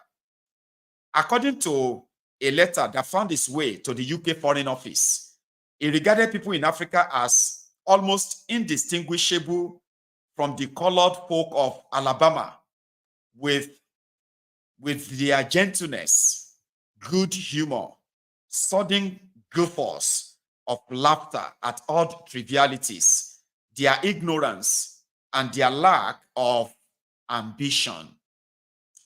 Stevenson's visit to Ghana in 1955 was part of a longer tour of other territories in sub-Saharan Africa, including the Belgian Congo. His travels in the Congo were arranged by the Belgian government. Afterwards, he paid tribute to Belgian colonial rule. Their efforts to meet and to mold the growing race consciousness, he wrote to a friend, is impressive indeed. 2 years later, Stevenson wrote to Nkrumah to say he would soon be in Africa again to transact some legal business for some American clients in the Union of South Africa. And again, his trip would include Ghana. One of his clients, he wrote, was supplying for a license to purchase industrial diamonds in the government market in Accra. This company, he told Nkrumah, is one of the largest factors in the industrial diamond business in America. And as a large and growing consumer of industrial diamond, it could be a useful and stabilizing influence in this industry in Ghana. The client was Maurice Tempusman. This fact emerges from a memorandum dated 5th June 1959 in an FBI file on Stevenson. Adlai Stevenson is reported to have persuaded Prime Minister Nkrumah of Ghana personally to intervene to secure a license for the Tempusman's company to buy diamonds in Ghana. This FBI file on Stevenson is one of the 165 official and confidential files kept by J. Edgar Hoover in his office suite, to which only 2 people had access: Hoover himself and his secretary. Stevenson's 1957 tour of Africa, as in 1955, included a visit to the Belgian Congo, where he discussed some of the activities of Neo Tempusman and Son with high-ranking colonial officers or officials. Tempusman's business was becoming a reliable source of funding for Stevenson's law firm. Record shows that in 1958, Tempusman paid the firm an annual retainer of $50,000. Fortune, the multinational business magazine headquartered in New York, noted Tempusman's initiative and success in Africa. In a bold move for such a young man, it enthused in 1982. Tempusman began showing up with Stevenson's in tow in emerging African nations. Stevenson at that time was enormously popular in Africa. That, plus the timing to so many nations were on the brink of independence, gave Tempusman unmatched entry. At the same time, he was developing close association with other prominent businessmen in the mining industry, such as the South African Harry Oppenheimer, the chairman of Anglo-American Corporation and De Beers Consolidated Mines. In spite of Tempusman's high-level contact and increasing wealth, he managed to keep himself and his business arrangements out of the public eye, remaining a shadowy, mysterious figure. He carefully maintained this low profile even when he became known in prominent social circles from the early 1980s as the partner of John F. Kennedy's widow. Tempusman was discreetly associated with an American, George Whitman, who was the same age as himself, 30 in 1959, and who was who also had dealings in Africa. Whitman was the very clever and well-read president of G.H. Whitman, Inc., a mining and trading family business with offices on Broadway in New York City, that had been established in 1885.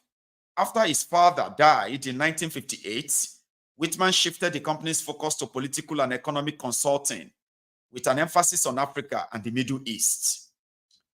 The company's activities were high-powered. They were also a cover. Whitman was a CIA agent.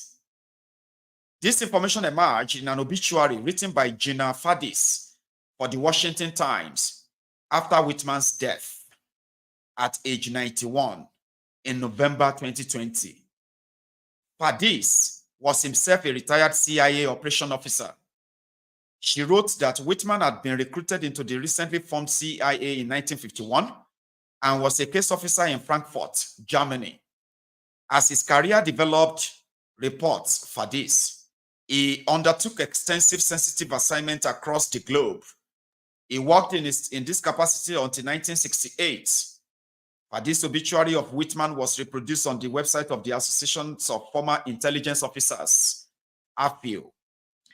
In 1959, Whitman's company produced a substantial study, nearly 500 pages, of Ghana, which considered the nation's development in the light of economic, political, socio-political, or sociological, and legal factors. Whitman led the research team in Ghana, which was given ready access to officials and members of the banking and business community. It was an ideal opportunity to network and make useful contacts. Over the first half of the 1960s, G.H. Whitman Inc. operated in the Central African Republic, Congo Leopoldville, Congo Brazzaville, Gabon, Ghana, Guinea, Ivory Coast, Kenya, Liberia, Sierra Leone, Sudan, Uganda, Tanganyika, and then Tanzania, and the United Arab Republic. In 1960, Whitman went to the Congo and Ghana to work for Maurice Tempusman as a representative for Leon Tempusman and Son. This was both an effective CIA cover and a productive professional relationship. In Whitman's obituary in the Washington Post, however, Tempusman is never mentioned. David N. Gibbs, the author of The Political Economy of Third World Intervention, has sought to put flesh on the skeleton of information about Tempusman, but with scant success. A full discussion of Mr. Tempusman's role would be difficult, notes Gibbs, since little is known about him. He is not listed in Who is Who in America, but adds Gibbs, he is known to have very close ties to the Central Intelligence Agency, the CIA. The same point has been made by Paul Bado, a Ghanaian diplomat and consultant, that Tempusman had strong links with the CIA. This claim is highly credible following the revelation that George Whitman, Tempusman's representative in the Congo and Ghana in the early 1960s, was a CIA agent between 1951 and 1968. In 1975, 7 years after leaving the CIA, Whitman published A Matter of Intelligence, a novel of espionage. It is threaded with details relating to ballistic missiles, the CIA, and the Pentagon, the defense business. Noted Whitman is the boom boom business, the national bullshit business. Whitman. So that is a chapter 7 now done. We have done part 1. We have now done part 2. So which is part 1, part 2, which includes chapter 1 to chapter 7 of this White Malice is now covered. So we are now going to go to part 3, and it is called African Jazz. That's where we're going to continue our reading next time. Thank you so much, everyone, for your time. I am going to open the line now. Now, if you want to be part of this conversation, you have a question, a contribution, or you are watching from Nigeria, you have an update, you are indeed welcome to be part of that. So also, I want to say a big thank you. All of you should help me say, let us all say a big thank you to Yomitotu. So Yomitotu, I have received the delivery of another book. Omo, there are so many books here now that we will be reading. See, here is another one. The Destruction of a Black Civilization. Great Issues of a Race from 4500 BC to year 2000 AD. So we'll keep that in the diary. Thank you very much, Totu. So now we have 3 books. So we have one from, so we have more than just one. Oh, hang on. So I want to share something with you. So we have, we have this from Yomitotu. We are going through that already. So this is also from Yomitotu. That is going to be after this one from Oshifodunrin. Oshifodunrin sent us the Harold Smith story. So we are going to go into that after the White Malice. So then we are going to go through this at some point. So it's like our year is made. Just like Aduke suggested, maybe I should begin to actually put the links to these books in the description. So whenever you buy them for any reason, then they have to give me commission because I may actually get you all interested in reading them. Those of you who have read some of these books, right? You probably would love to read them again as I am bringing back the nostalgia, the memory, and all of that about it when you last read them, right? So that's something. Let me take a quick break. The line is going to be open. We are going to take calls for a few minutes, maybe about half an hour or so, and then we will call it afternoon or the later in the evening, okay? So thank you so much. If you are still watching me, please like the broadcast. Share it if you haven't already, okay? And yeah, pick up your phone and you can now call in. Okay? So just a moment. Glorify your name to the core. Owner of the day, owner of the beginning and the head. I glorify your name, the God, Father of the glory. There is nobody can share the glory with you. You are beginning of the glory, you are everlasting. No, you are glorify your name to the God. Glorify your name to the core. Owner of the day, owner of the beginning and the head.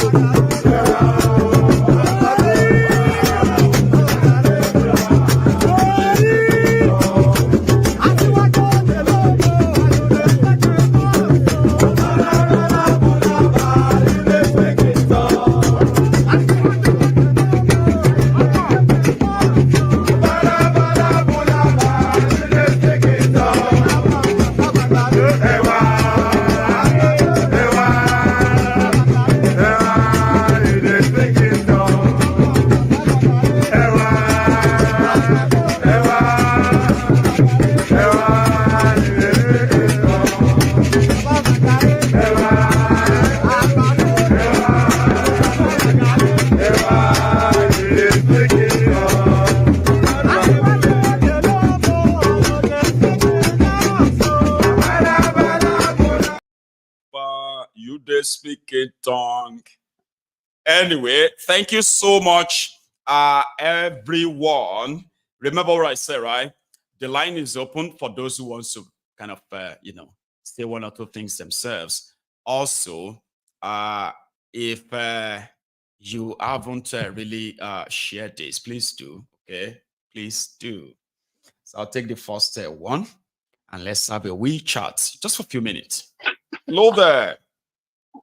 Yeah, Miss Maiyegun, how are you doing? This is Irok. Irok, now you be there. How are you, sir? I'm doing okay. Fantastic. Yeah, I this morning. Everything is okay, man. Everything is okay. Well, my contribution, let me just go straight to the point. Yes, sir. I want the audience, please like and share. I mean, that's our motto. Anytime you come in, like and share. Irok, right? Guess what? It is working.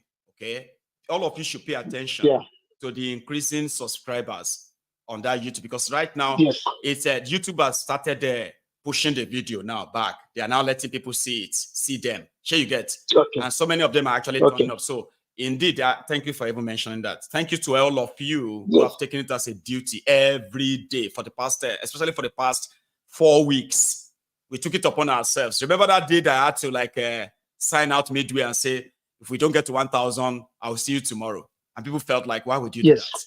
So it was part of that. Like after a month now, I can tell all of you that you have done so greatly well, and I'm grateful. Irok, thank you for reminding them. Yeah. I want to appreciate all the audience, and I want to appreciate all the subscribers. You know. Yeah. So, well, let me go straight to the point. My number one point is that I'm very happy that the Labour people, they summoned courage to shut down everything. I wish they will keep pushing it, so that it will reach a breaking limit whereby anarchy self will come, because our motto is to disintegrate everything, let everything scatter. That's our motto. APC, you guys keep doing your Abadorian APC, keep doing your good job. Tinubu, that is good. Keep doing whatever thing you're doing. We know at the end everything will scatter. So you tell them, you say, Tinubu, please go harder. Yeah. Go harder. Yeah. Your reform is let him go. Yeah. Your reform is working. It's working. Yeah, it's working. It's working. So, I mean, I wonder. Look at the people. The people, like our standard should have been as exactly the way Saudi Arabia is enjoying their oil. That is how everybody should have been enjoying the oil. We don't have any reason to even travel out of that country. No. But look at where we are. Since they started the oil exploration, since 1950 something, till then, there's nothing to show for it. Only for them to accumulate, to enrich themselves, buy houses that they don't even stay, come here. We that even in abroad, we will even suffer, we work, we bring back the money to the country in order to make the country good.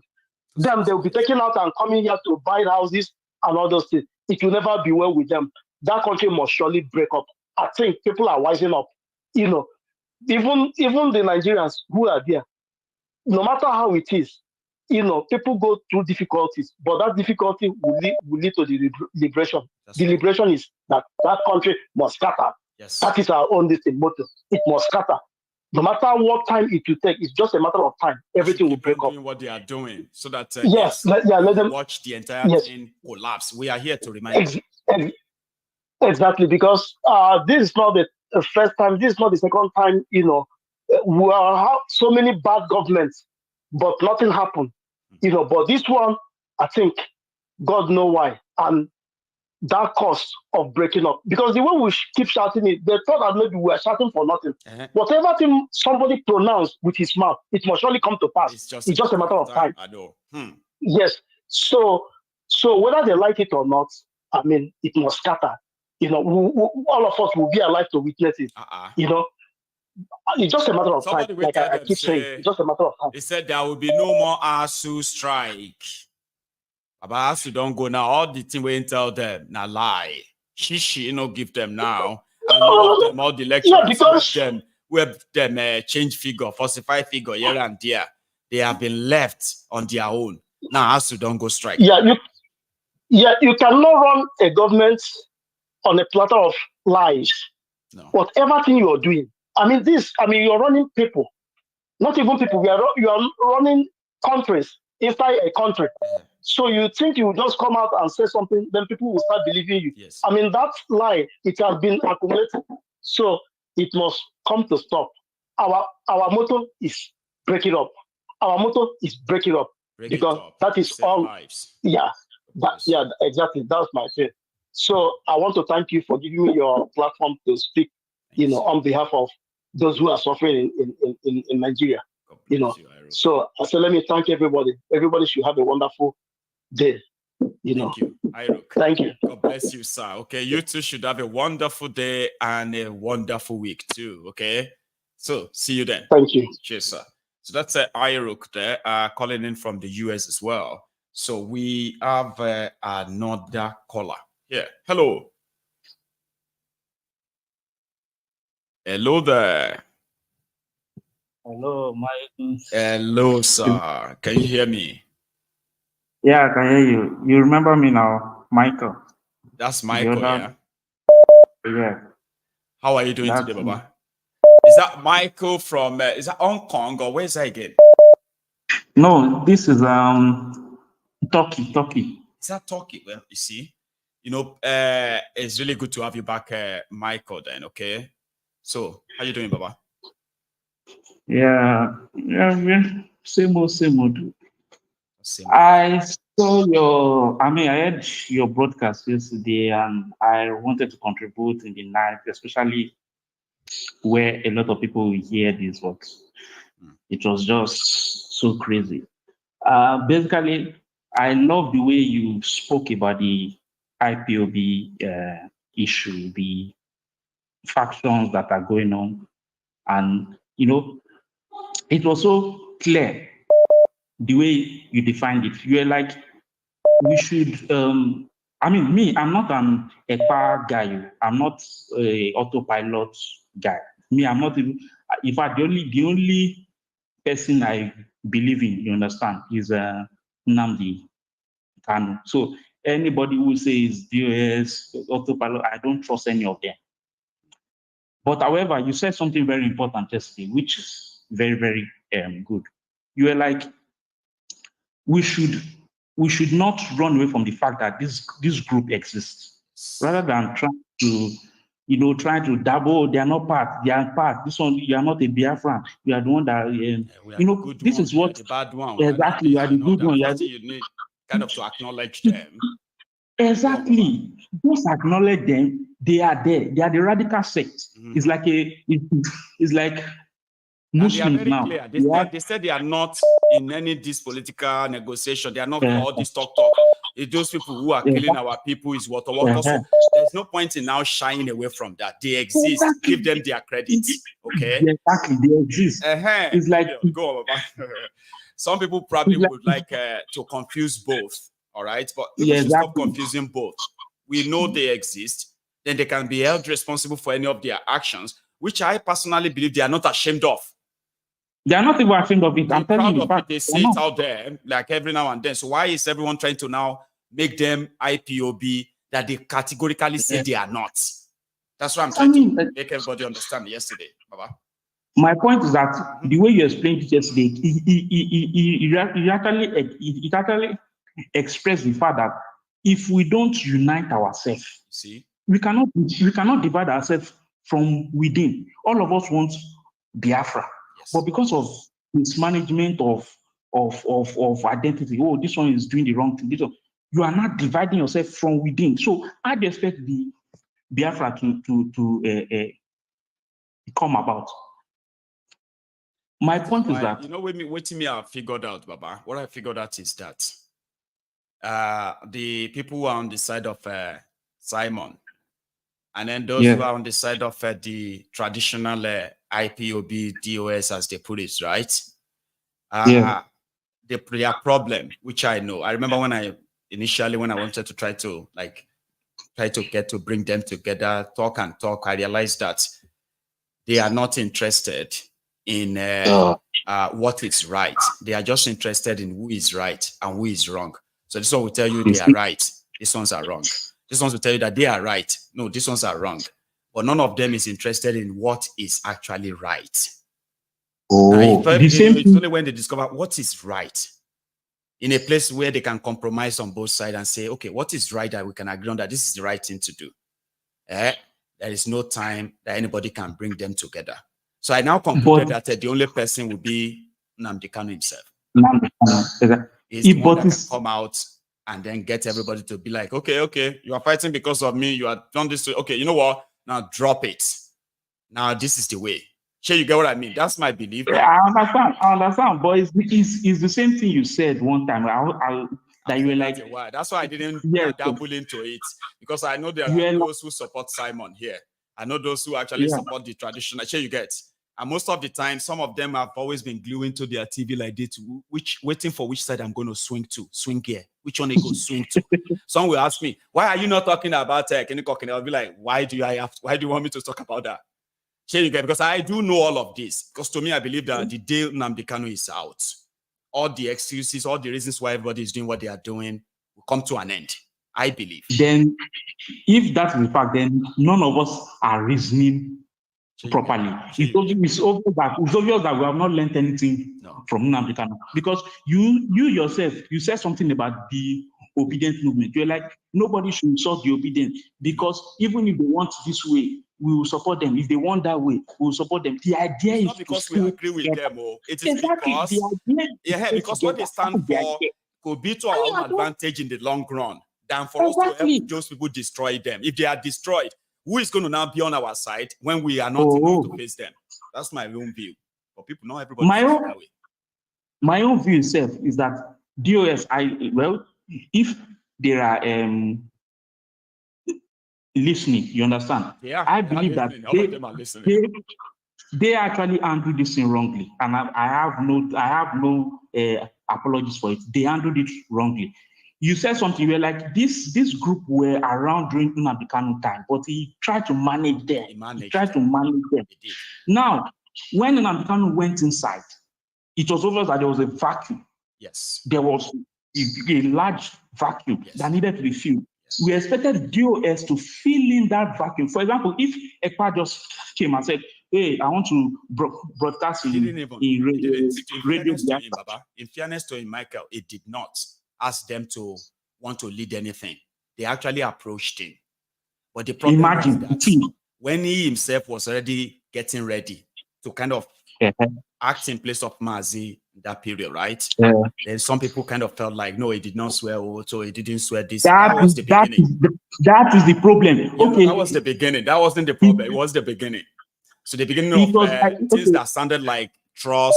Okay, it was all right. He has to. Then it kind of had other things too, where other people felt not comfortable with him. Forget about trust. It's like you now saying, okay, in Radio Biafra, I want Maiyegun to go and broadcast there or something. Then I say, okay, Maiyegun, you must do blood. What is your problem? Maiyegun is just a guest. You can limit the information you give him.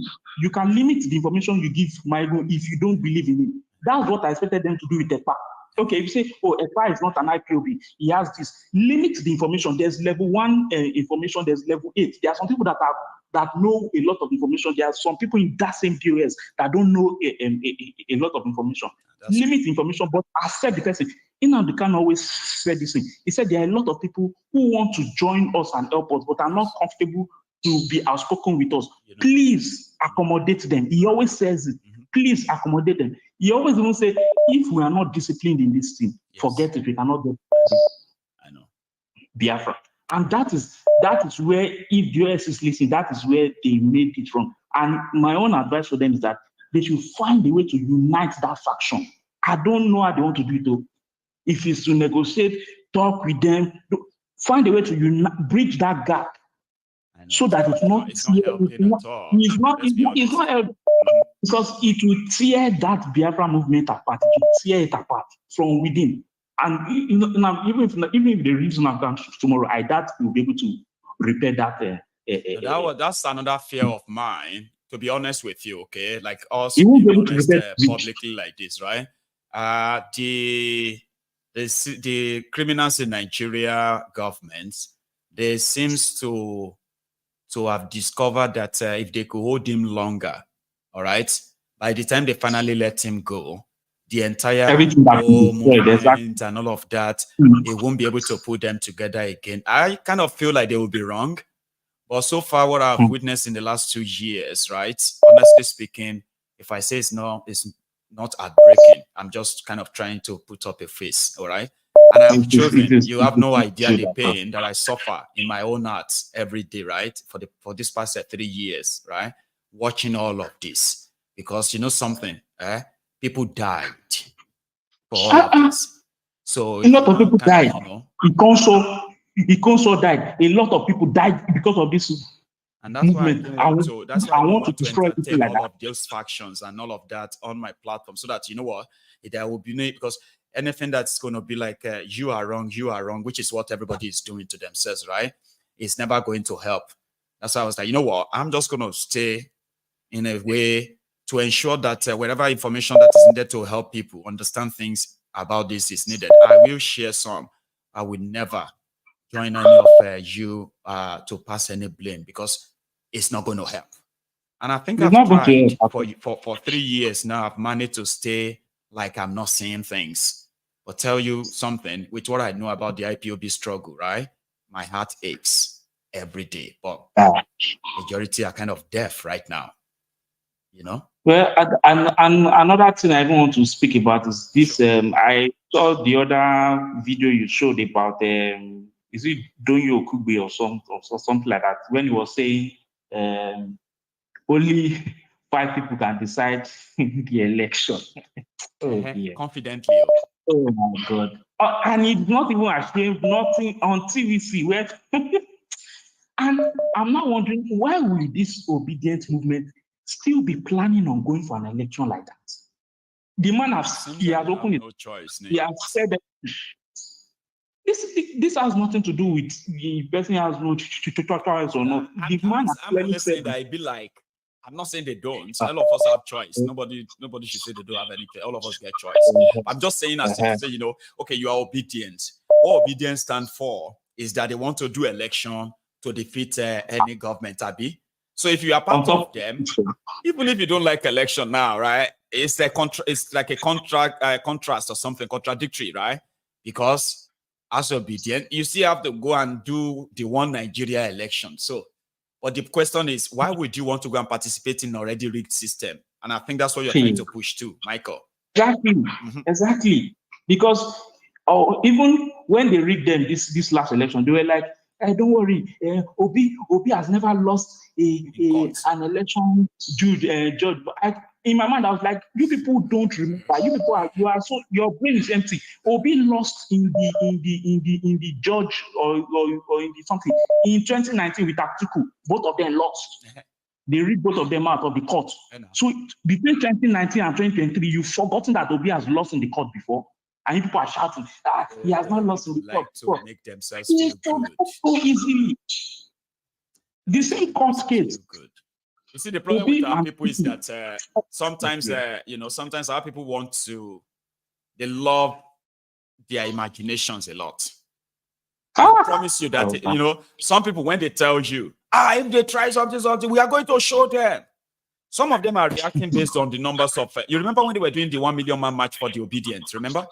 And it was really massive, to be honest. Here you get. So if you are in that gathering, normal, not just watching the video, just in the gathering, as typical Niger, they must not rig this election. Must see crowd. If they rig this election, last song, that kind of feeling.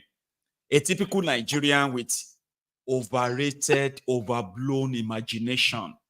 So I bet a lot of them actually have real outbreaks, right? That when they were being rigged, though, they were just inside. They were expecting all their fellow millions. So and they're just like, everybody is just on Twitter, on Facebook, and all that. If to see all of us come out last song.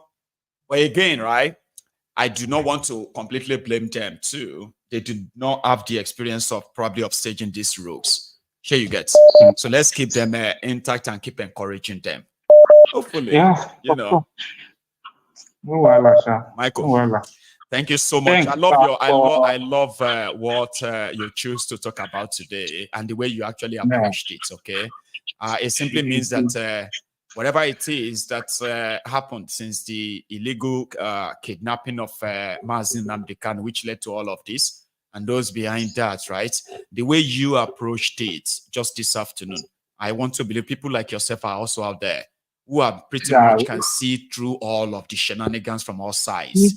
But they actually wanted this to be gone, done with, and move on. Exactly. You know what I mean? Because the legitimacy of this advocacy is so unique that it must never be messed up. I like you. Guess what? Baba? Guess what, Michael? Do you know even in Radio Biafra, I'll go there sometimes to be listening. Half of what they talk about is a perima. Oh, Simon Ekpa is doing something wrong. Instead of it to talk about the Nigerian situation that will educate us like the way you are doing it, they spend half of the time talking about Simon Ekpa. And you will not learn anything. That is what Nnamdi Kanu never, when he goes on Radio Biafra, it's like he forgets everything in the world and just focus on the Nigerian situation. And that is what they do. But they spend most of their time in Radio Biafra insulting Ekpa. Go and bring that guy in, join this thing so that we will bridge the gap, because Nigerian government are looking for everything that will cause is your division is only making them stronger. That's what people should understand. Except if this is not about the people, you know. Not like that. Yeah. Thank you, Baba. No, take it easy. Yeah, thank you. You have a good one. Thanks for the good job. So I do have another caller. And guess what? I only have just about 10, 15 minutes to go. Emoji. Hello, sir. Good morning from here. Good afternoon already. It's after 11. Is it? It's almost known to at yours, Sabi. Okay. We are already approaching the top of the day to you. Yeah, sorry. I don't want to go deep in this issue of IPOB and Biafra. I want to start from number one. Everybody that is an Igbo or maybe born as an Igbo is already a Biafran. IPOB. Even ideologically, we are all Biafrans from the name, because any little child, just like a Nigerian with NEPA, any 2-year-old baby now, although Nigeria has changed the name of NEPA for more than 3 times, but they still, but 2-year-old baby from today is like 2001 or 2002.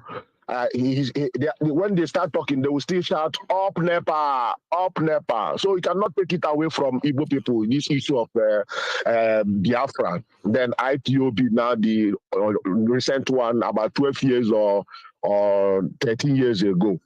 So the issue of these two fractions, you know, and if like that last guy that talked now, I think I would like him to go back to Mazi Nnamdi Kanu, because I don't want you to use this your platform, because a lot of calls will be coming in now talking about this Simon Ekpa,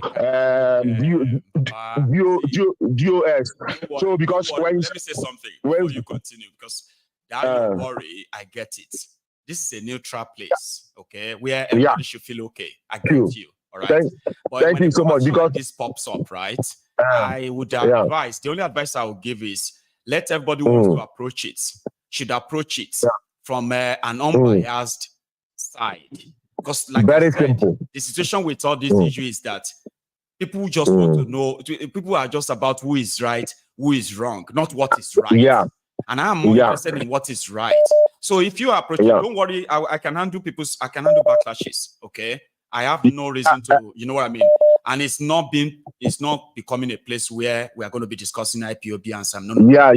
It's just popped up now, and you are reacting. So go, okay? Yeah, because according to the last guy now, he was like talking about merging together to solve the issue. This one comes, this one comes. So there's already a gap. And what Mazi Nnamdi Kanu stand for, because a time Mazi Nnamdi Kanu told us to listen to you, that we should all listen to you. And there's a time also Mazi Nnamdi Kanu told everybody to listen to Simon Ekpa. But a lot of things happened. But when you follow the activities of that young man, from the way I'm seeing things. Mazen Nanikan, whenever he want to preach, whenever he want to talk about issue of Nigeria on what is going on, it's a serious business. I know.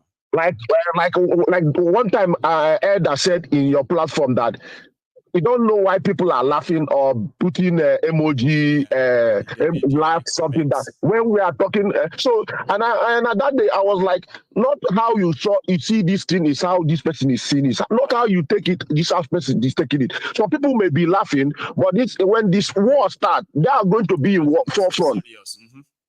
Understand me? So the issue I will talk about is that this IPOB, Nanikanu is very straightforward and truthful. But when you come to the other side of it, this young man, a lot of things he said, he repeats himself. He says something in the morning and say another thing in the afternoon. So that is where I'm doubting him. Then another thing again is that because of these killings, because Mazi has said, when you want to save people, you don't need to kill them. They don't need to come together to stop killing. Okay, look at you said yesterday. Look at it's unfortunate. These soldiers they killed. For me, it was senseless because this checkpoint has been there. This checkpoint has been there. It's not a new checkpoint. They are just relaxing there. They are doing their things. And finally, now our enemies now are now laughing at us because the numbers that they killed there is also Igbo people. And the state they did this thing is the state that is the light, the torchlight, everybody, APC people are like, how is this guy doing this? So this state we kept on the ground for 24 years. Somebody just came 1 year, he turned everything around. So it's another distraction. Emoji, I understand. I understand how you really see this. And honestly speaking, one of the things I personally feel like is missing, right, is that there are those who do not understand how propaganda works. Sometimes if you want to use propaganda, there are some propaganda that, listen, they are not, propaganda is not like what they say, publicity. That there's no good or bad publicity. Publicity is publicity, but propaganda is can backfire. That's why I kind of frown at people coming on social media to celebrate some of these killings. You see, there's a place where no investigation is done. Right? I'm gonna. Nigeria is a place where no investigation is done, and then an announcement is made. Like, for example, now people came out, who says, yes, we have shown them water, we have shown them, we have done this. You see? But everybody just kind of move with that. No investigation, no nothing. Nothing. You get that now. So that does not automatically means that these guys are actually responsible. You know that? Yeah, but exactly. You know, so you don't need to pronounce it. You don't need to pronounce it every time on internet. Doing this, you don't celebrate. You don't make it look like, you know what I mean? Like the Igbos are happy to actually, be, no, it doesn't look well, and it's pretty much like on Igbo. Like the one I have come to know, it is totally like a non-Igbo thing for you to carry weapon and unleash that kind of violence.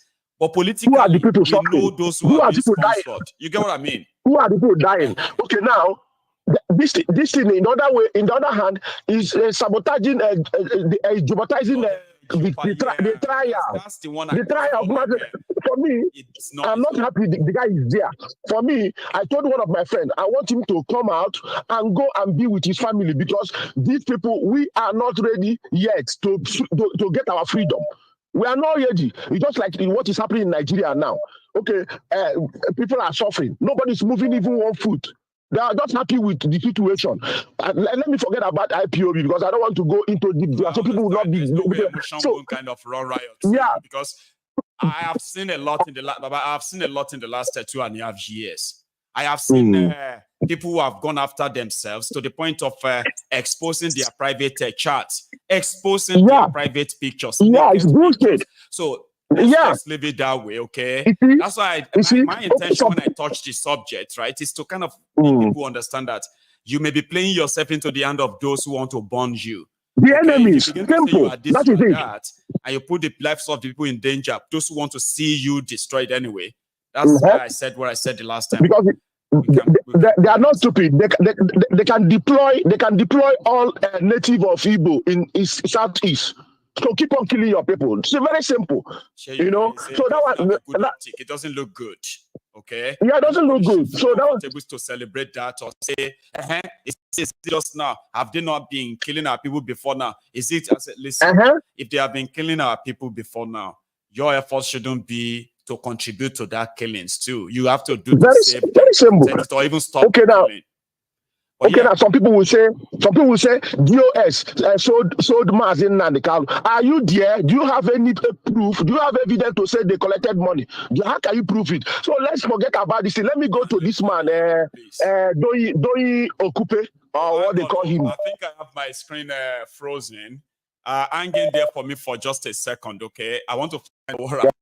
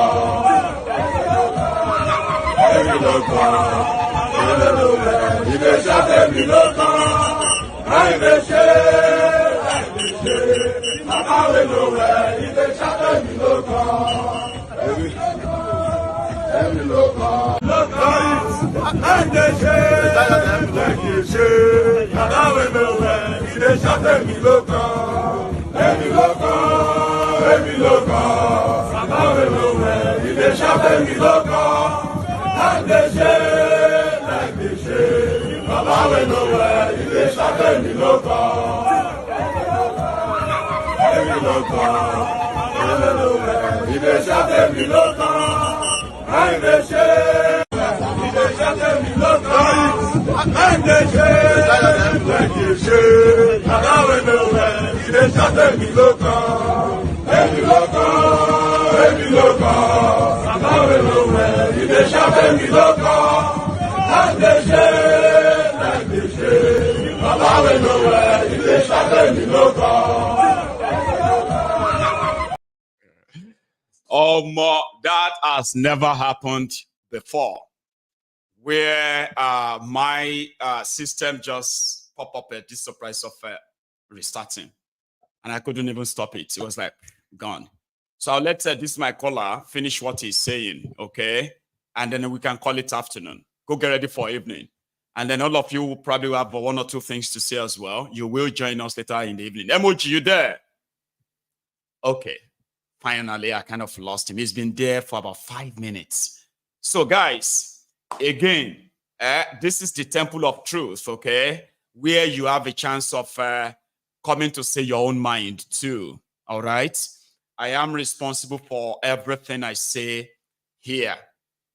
And, excuse me, I am not responsible for what you say, whether you type it or whether you call in, because I do not control what you have to say.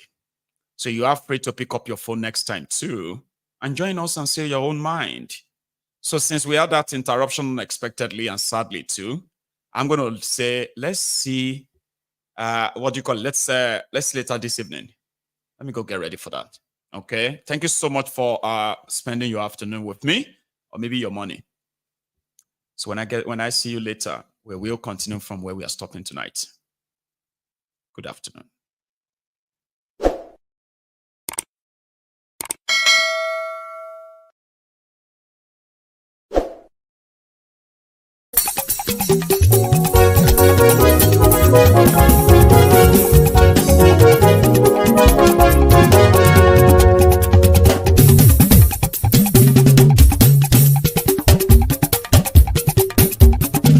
Maiyegun làwa mọ̀ làmọ̀ tó dòdòdò.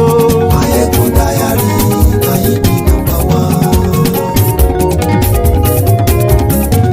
Maiyegun làwa mọ̀ làmọ̀ tó dòdòdò. Maiyegun Diary, Maiyegun number one. Maiyegun ti dé o, ọ̀rẹ́ ará ìlú. Maiyegun Diary, Maiyegun number one. Lórí Facebook, lórí YouTube. Maiyegun Diary, Maiyegun number one. Gbogbo bó ṣe ń lọ ni Maiyegun já wa sí. Maiyegun Diary, Maiyegun number one. Àṣírí ọ̀jẹ̀lú kì í bò níbẹ̀ o. Maiyegun Diary, Maiyegun number one. Bó bá ṣe eré, àní Maiyegun máa wí. Maiyegun Diary, Maiyegun number one. Ó sì tún ṣe eré, wàá gbọ́ níbẹ̀ o. Maiyegun Diary, Maiyegun number one. Maiyegun Diary, Diary politico. Maiyegun Diary, Maiyegun number one. Godfatherism kò sí lọ́rọ̀ Maiyegun. Maiyegun Diary, Maiyegun number one. Ẹ farabalẹ̀ sẹ́ o kẹgọ́rọ̀ lẹ́nu o.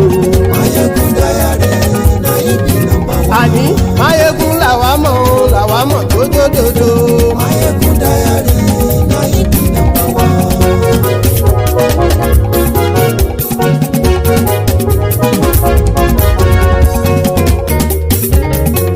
Àní ẹ̀sùn rákì. Maiyegun ti dé.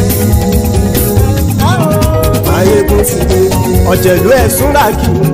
Maiyegun ti dé. Àní ẹ̀sùn rákì. Maiyegun ti dé. Lórí Facebook. Maiyegun ti dé. Àní ẹ̀sùn rákì. Maiyegun ti dé. Lórí YouTube. Maiyegun ti dé. Àní ẹ̀sùn rákì. Maiyegun ti dé. Bọ́ bàbá gbé wúrẹ́. Maiyegun máa wí. Àní ẹ̀sùn rákì. Maiyegun ti dé. Ijó ìgbádìyẹ. Maiyegun máa wí. Àní ẹ̀sùn rákì. Maiyegun ti dé. Bí pẹ̀sìdó bá rúfin o. Maiyegun máa wí. Àní ẹ̀sùn rákì. Maiyegun ti dé. Bí gómìnà kówó jẹ. Maiyegun máa wí. Àní ẹ̀sùn rákì. Maiyegun ti dé. ọlọ́pàá tí ń darí bá ayé ẹ̀sùn rájì aṣòfin tí ń rúfin o ayé ẹ̀sùn rájì òpùrọ́ olóṣèlú ayé ẹ̀sùn rájì ọ̀jẹ̀lú ẹ̀sùn rájì ayé ẹ̀sùn rájì.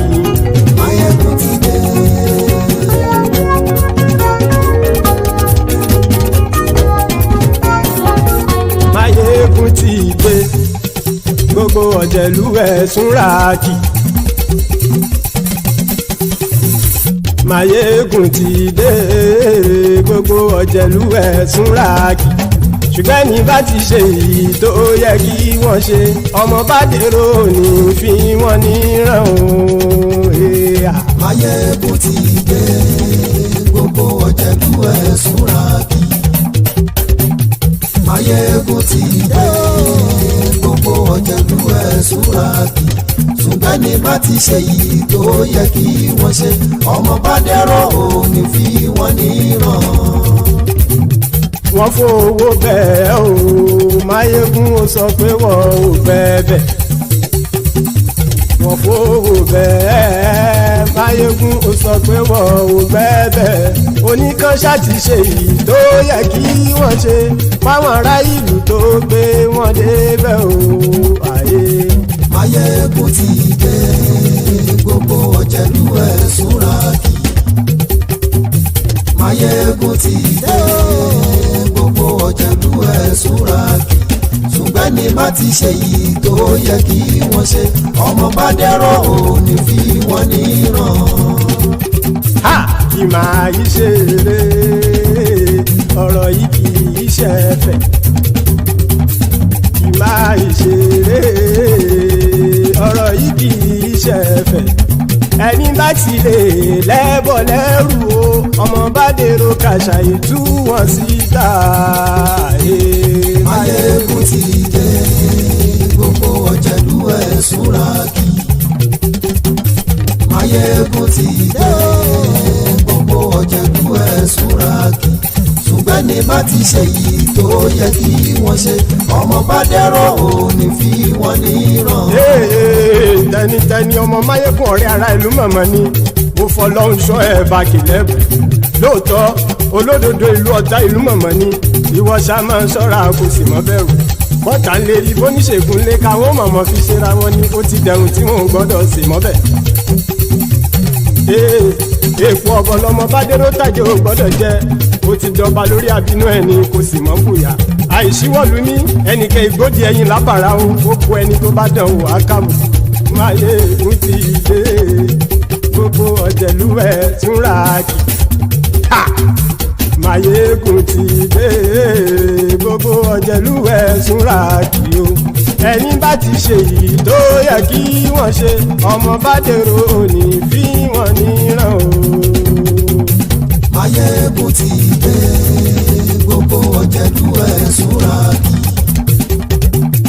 Maiyegun ti dé gbogbo ọ̀jẹ̀lú ẹ̀sùn rájì. Ṣùgbọ́n ní bá ti ṣe yìí tó yẹ kí wọ́n ṣe ọmọ bá dẹ́rọ̀ ò ní fi wọ́n níran.